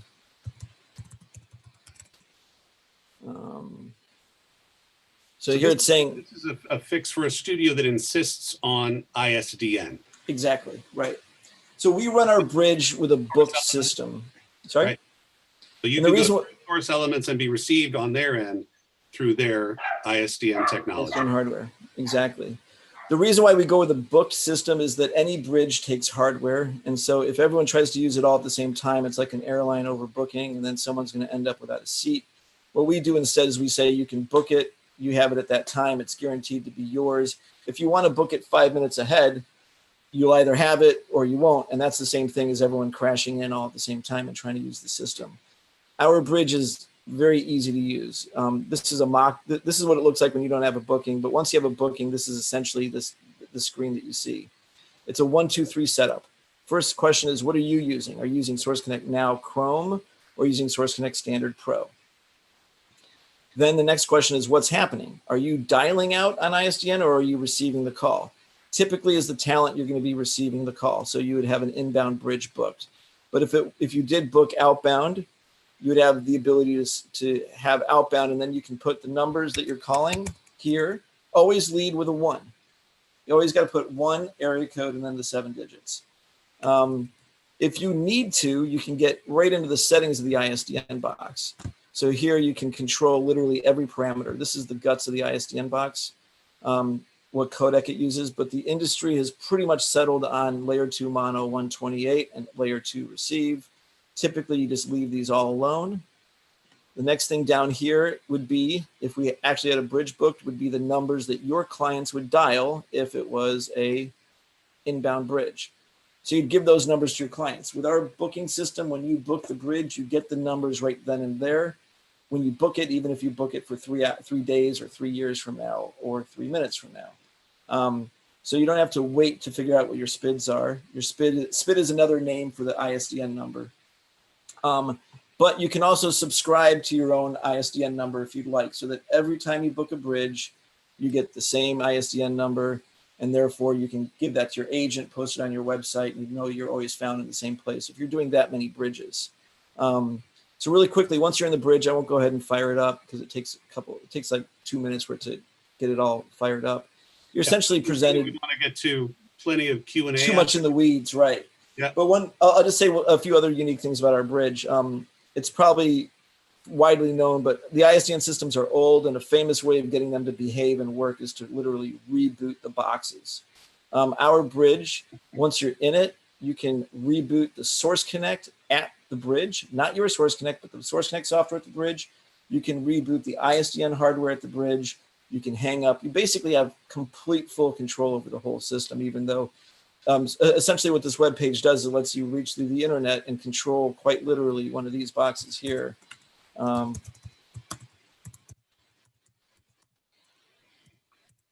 This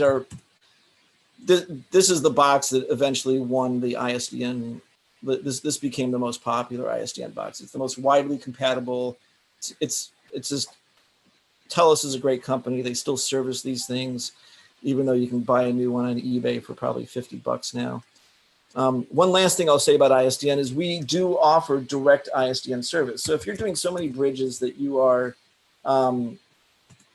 paying more than $200 a month, or maybe AT&T is killing you with your ISDN service and you're paying who knows what to AT&T, or Verizon has called you up and said that they're taking it away, or you're lucky enough and you're in CenturyLink or Frontier territory and they're leaving you alone.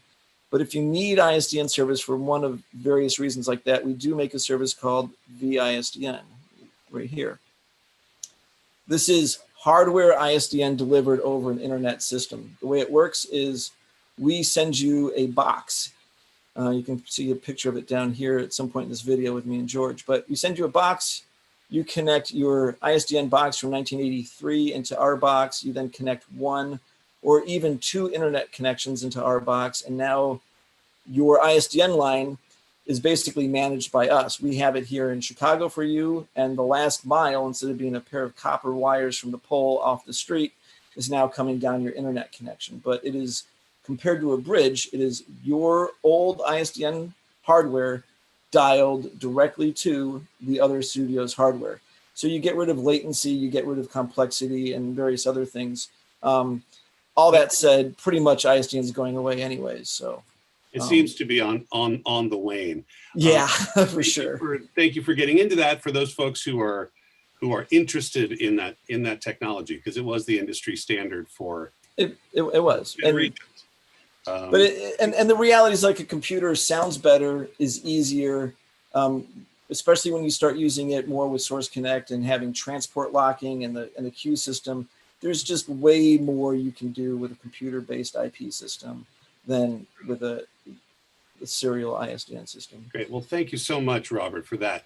And I want to just say to everybody who's tuned in that what you're feeling right now, this overload feeling, is the beginning of a learning process, and that this venturing into taking this technology into your own hands and using it to work from home as a professional voiceover actor is a learning curve. It's going to take time for you to process all this information about setting things at -6 dB or -1 dB and normalization and EQ and sound floors, and then taking information. And I want to just give everybody who's on this call right now permission to feel overwhelmed.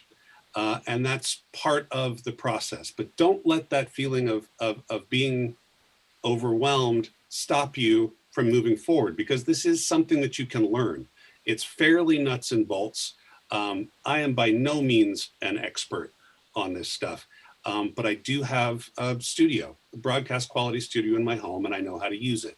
And that has taken me from starting with an SM58 in a lampshade stuffed with a comforter, into a closet that was treated with U-Haul blankets, into now a fully functioning studio that I can connect to anywhere in the world. So just give yourself permission to move slowly through this. Give yourself permission to, it's a whole new world out there. And remember that we do really want to come back to focusing on you as performers, and programs like Source Connect and IPDTL and the plug-in USB mics are all great ways to get you into performing as easily as possible. So again, many, many, many thanks. Really thorough presentations from everybody at the lab, and from Robert too. I know Rebecca is got at least 7 pages of questions, if not another 10 or 15,000 from our performers. We want to get to as many of those as we possibly can. So Rebecca, I'll turn it over to you. Oh, thank you so much, Keith. Thank you for moderating the panel, and thank you all for all the guests being here. And really, such a wide array of information, from the starting out at the beginning to the much more advanced. And Keith, again, thank you. What a great, you're going to stick around because I've got a bunch of questions for you. So first off, part of what has come in and what we're seeing, and you guys are flooding us with questions, so that's great.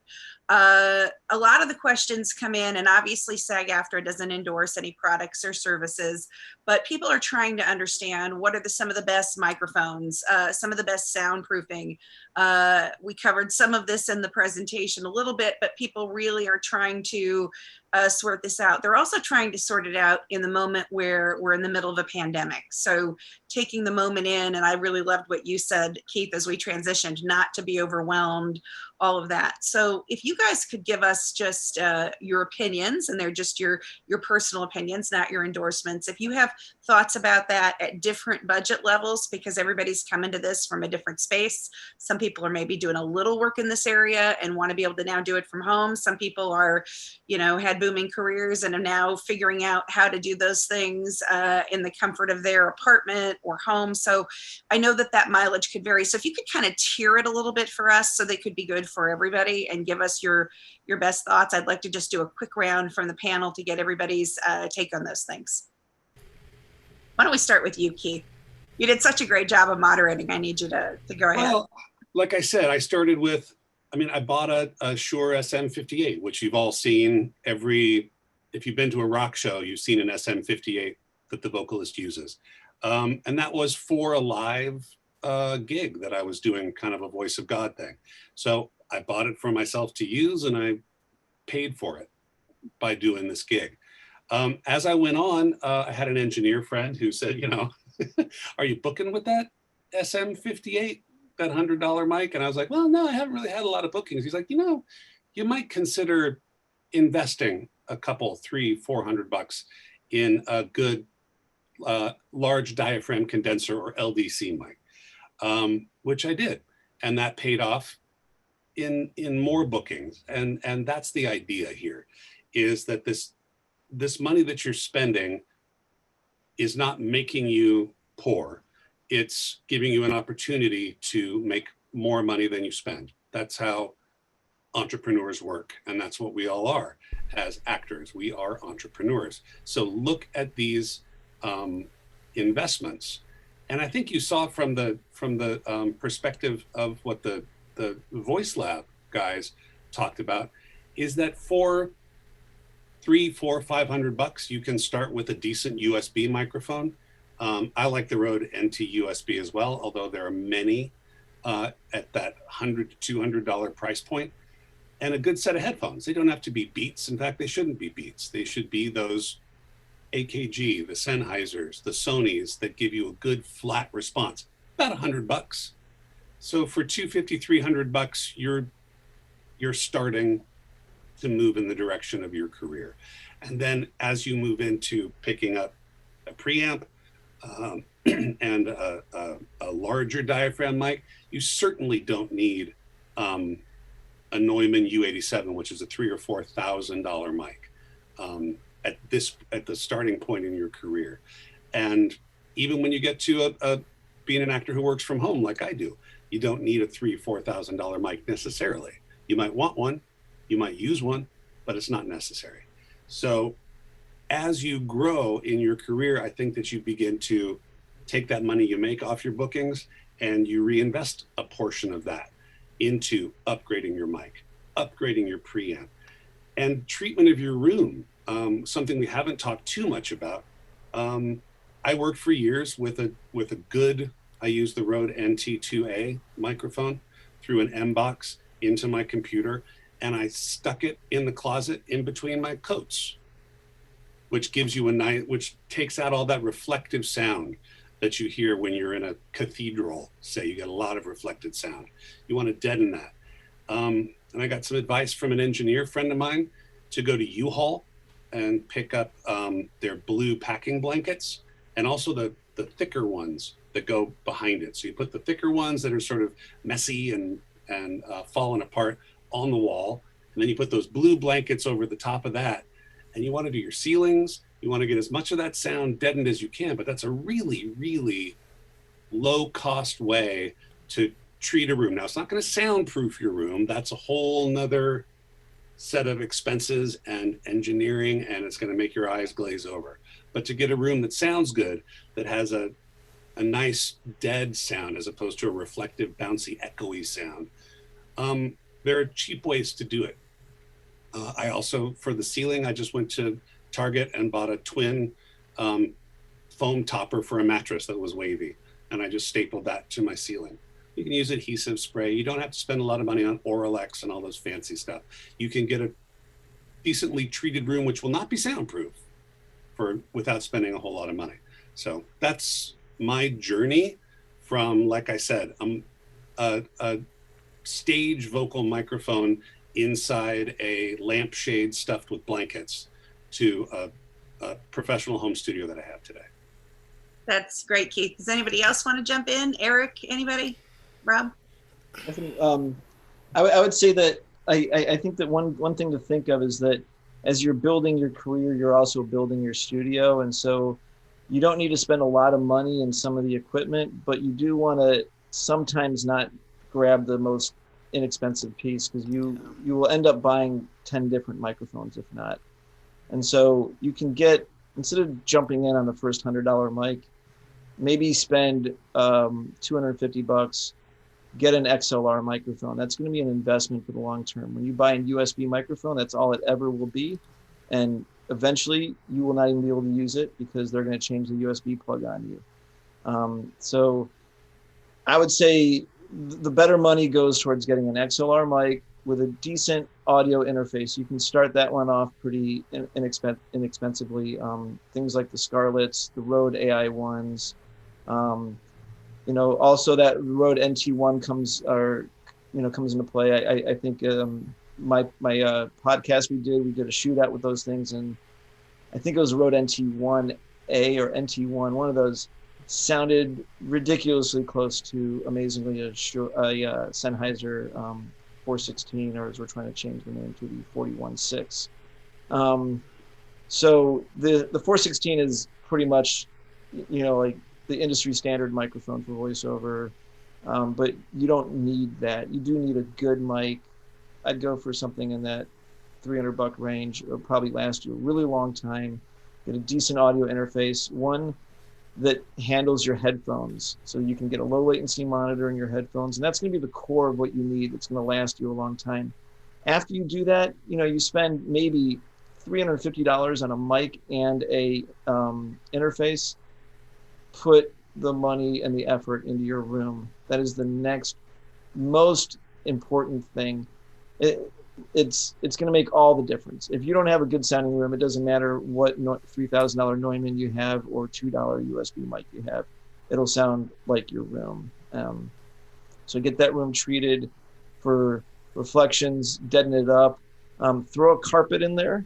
often overlooked, an easy way to get some sound to be sucked up. Clothes are fine. It doesn't matter how it looks. One thing I always say is that essentially what they use in the studios is called Owens Corning 703. And Auralex will try to charge a lot of money for this stuff because they're going to cover it in fabric. You can go get a raw pack of Owens Corning 703, I think for $100, get a glue gun, some fabric, some really porous fabric. So it keeps the yellow stuff from flying around. But really what you want is the sound to get caught up in the 703. So covering them in plastic would be a very bad idea.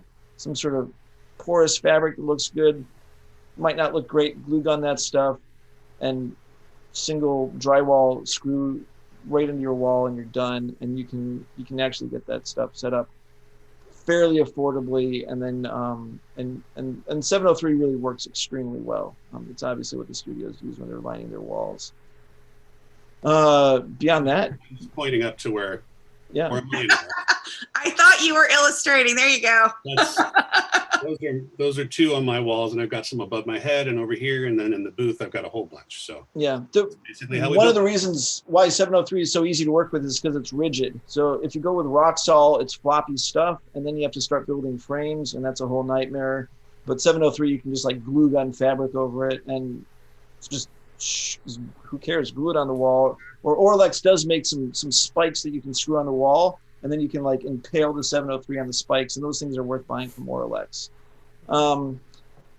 After that, like I said, in the sort of tradition of building your studio and not buying things redundantly, I would highly recommend doing it on a Macintosh, and then really just getting to know your software and really taking a less is more approach. I mean, really what we're talking about is a microphone, an interface, a pair of headphones, and a Mac, and a good internet connection, and a bunch of junk on your walls. And then there you go.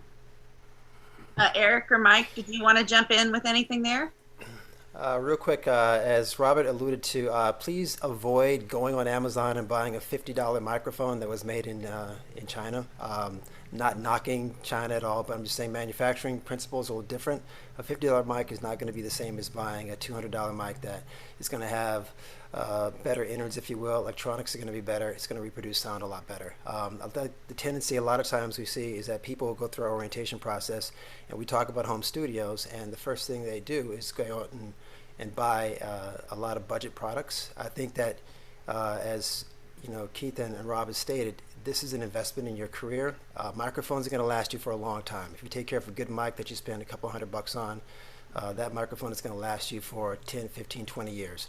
I have an AT4050. That's a $700 microphone. I've had that for 15 years. It works perfectly. It's fine. So if you make that investment, these are products and tools you're going to be using for a long period of time. And a lot of them will hold their value if you want to resell and move on to something different. So keep that in mind as well. Mike, were you going to jump in? No, I would say I know people, I get a lot of this when we do classes. Everything that was said is true. You're trying to compete at a specific level. And so your competition is working towards broadcast quality audio at home. And so you kind of want to meet at that level at least.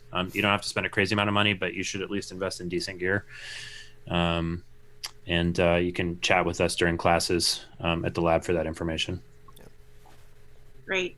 Because we're in the middle of the pandemic, we have a lot of questions about people.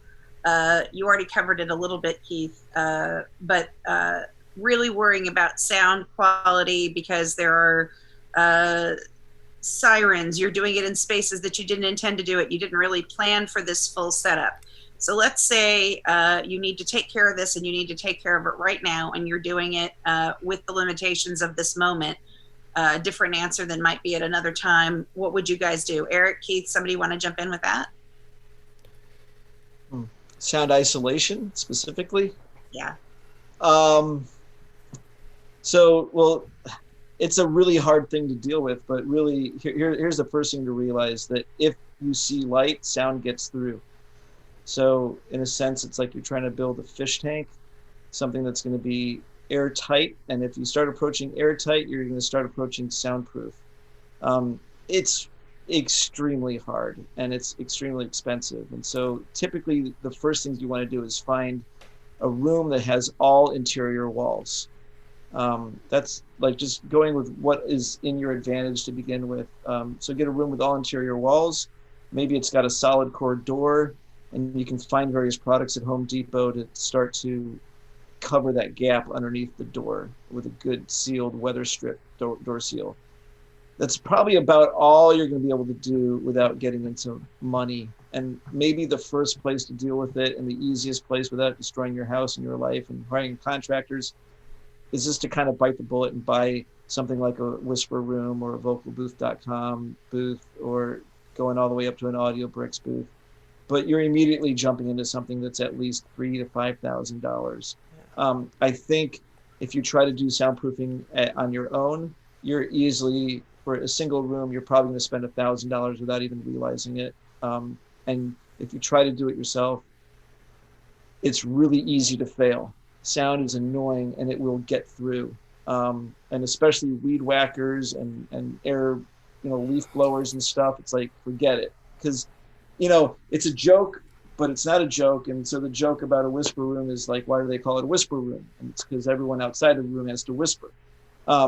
They will not kill all the sound, so it's layers. If you put a whisper room inside a room that has all interior walls, or if you have a basement or something, don't put the whisper room next to a big giant window. You're not helping it. So, but it's not, the whisper room alone will not solve all sound issues, sound isolation issues. A leaf blower will get through that thing, I promise you. And I'll just jump in and speak from my own experience. I had a job where I was narrating a video game, and we had about 200 pages of single-spaced stories that I was reading over the course of 4 or 5 sessions from home, surprise. And before I had a studio, before I built the studio in my home. So working from a closet at the center of my home, with the microphone facing me away from the street. It was the middle of summer, and I had to make sure to turn off the air conditioner.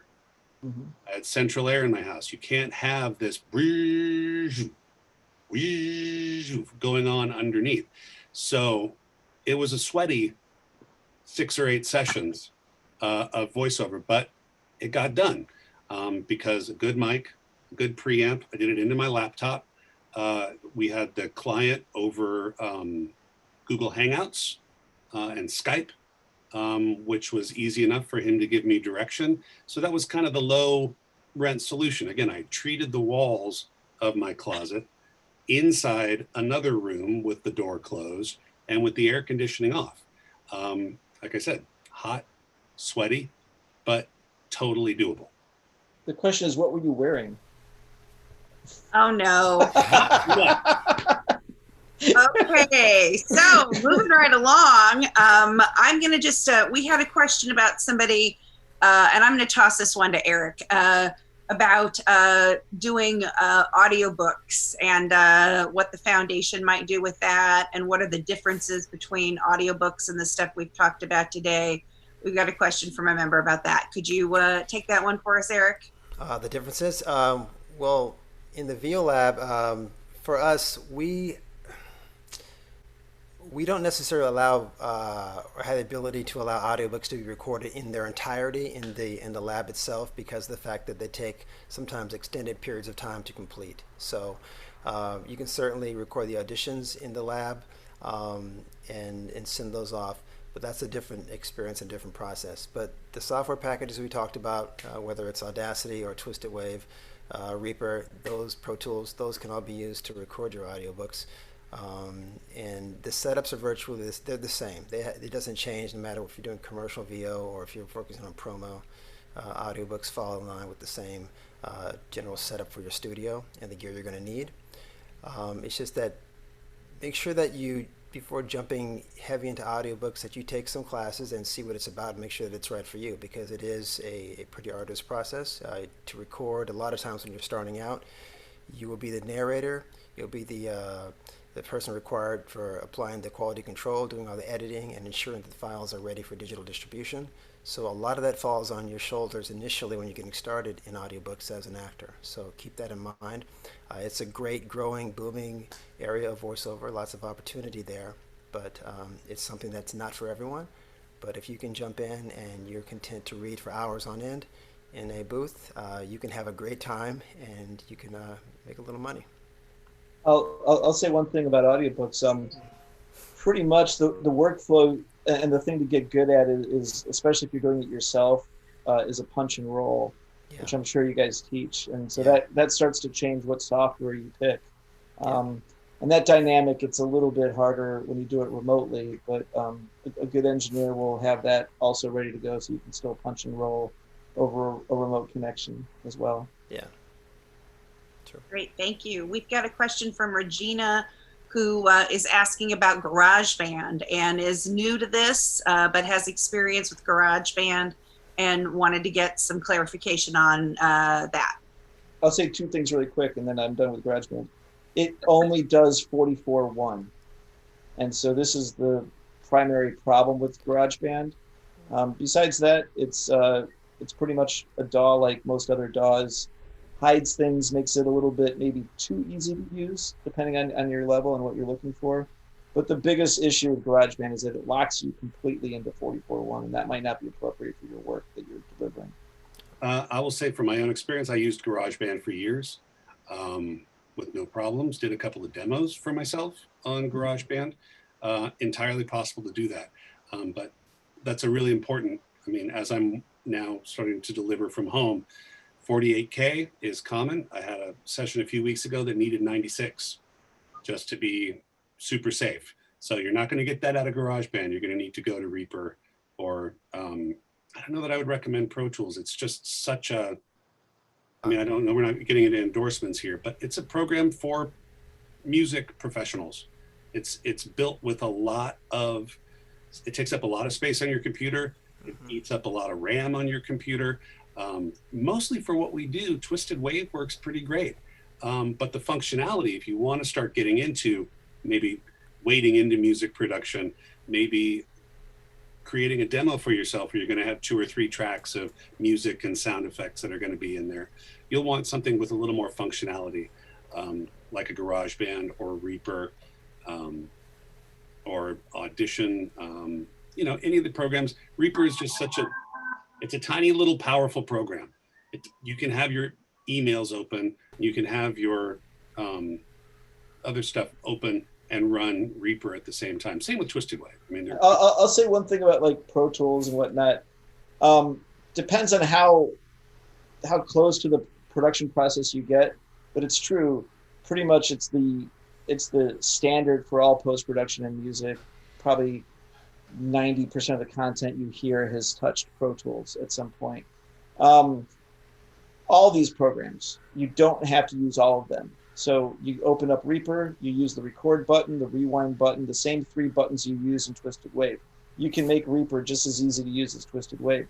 You can make Pro Tools just as easy to use as Twisted Wave.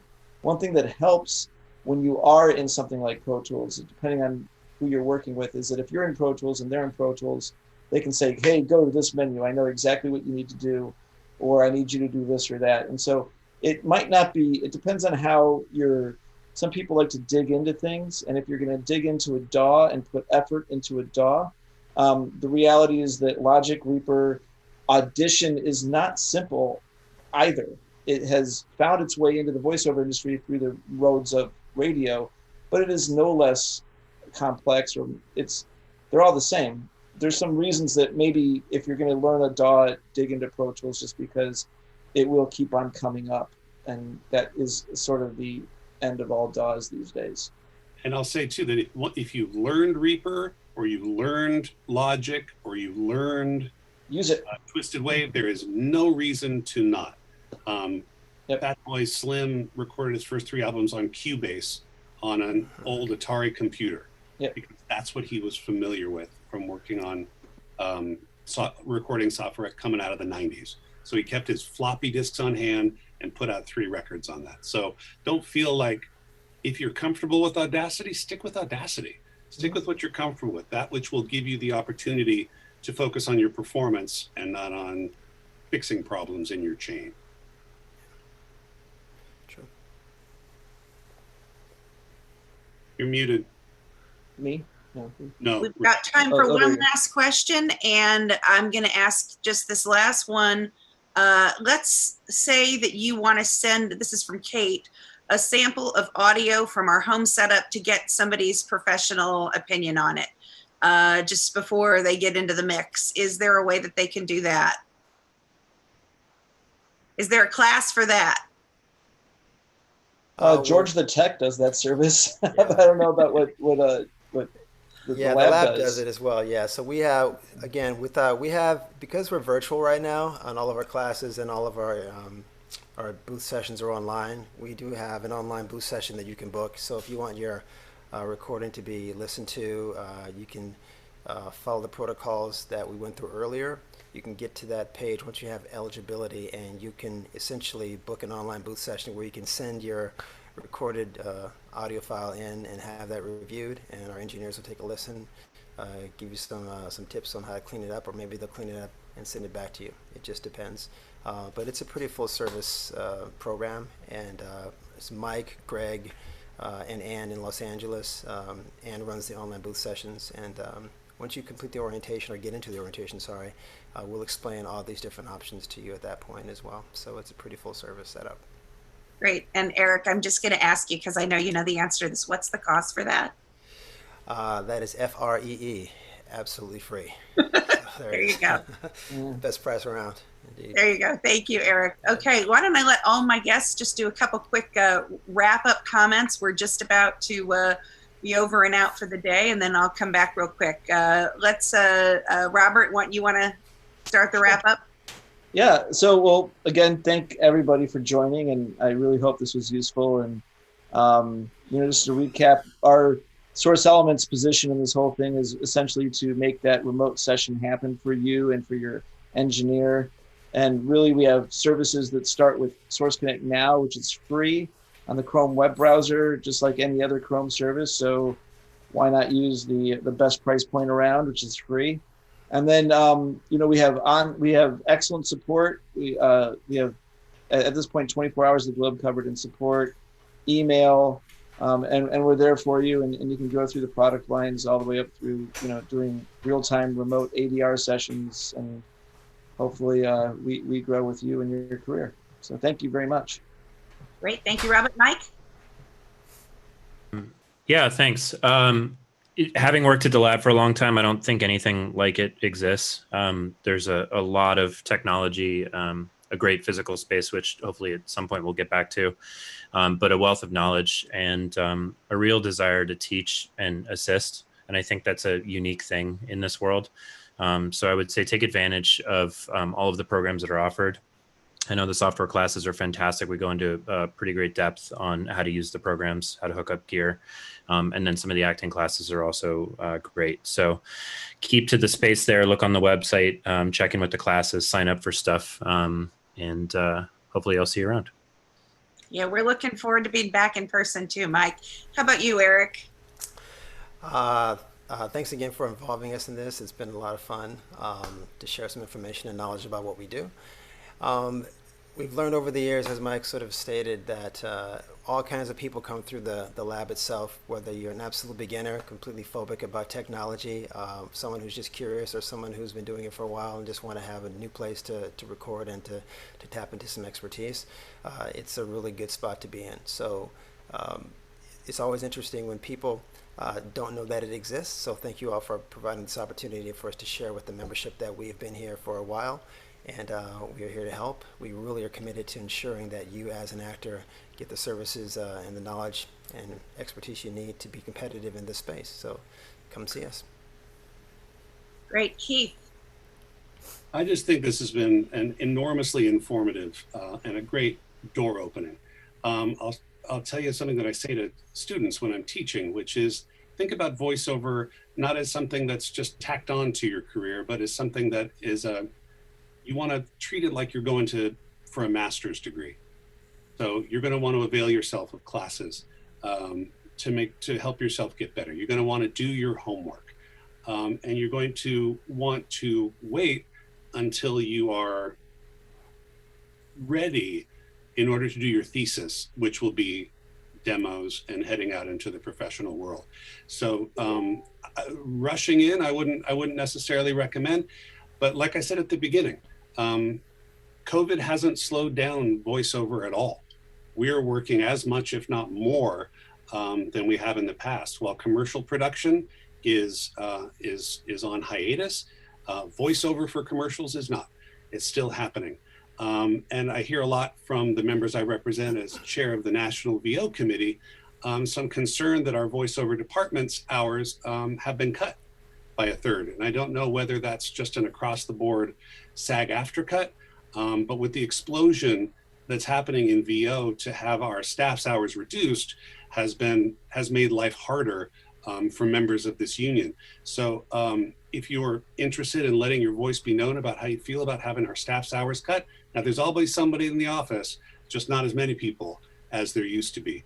So get in touch with voiceover at sagaftra.org, goes right to the office, or you can email Gabrielle or David White or Ray Rodriguez and let them know that you'd like to see for the one portion of our industry that hasn't slowed down, that's still roaring forward, that has 5,000 people on a webinar, twice as many as any other webinar we've done, that we need the staff support in order to get more work, keep the work flowing, and keep us all employed. So that'll be my one political note and everything else. Otherwise, I just encourage you to keep going and focusing on honing your craft.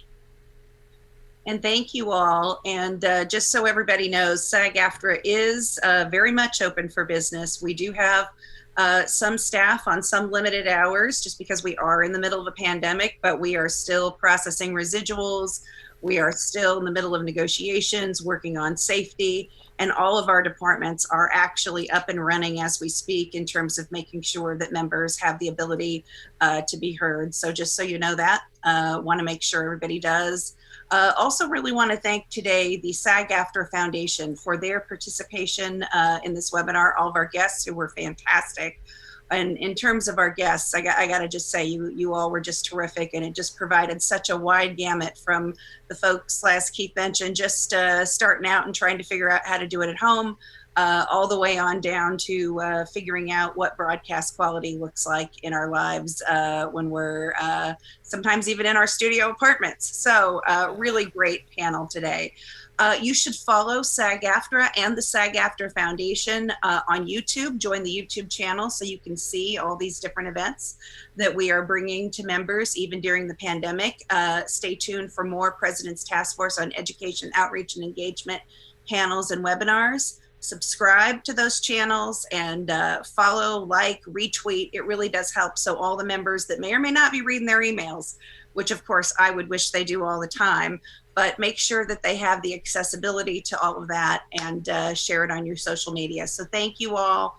We hope you're all having a really wonderful day, and we will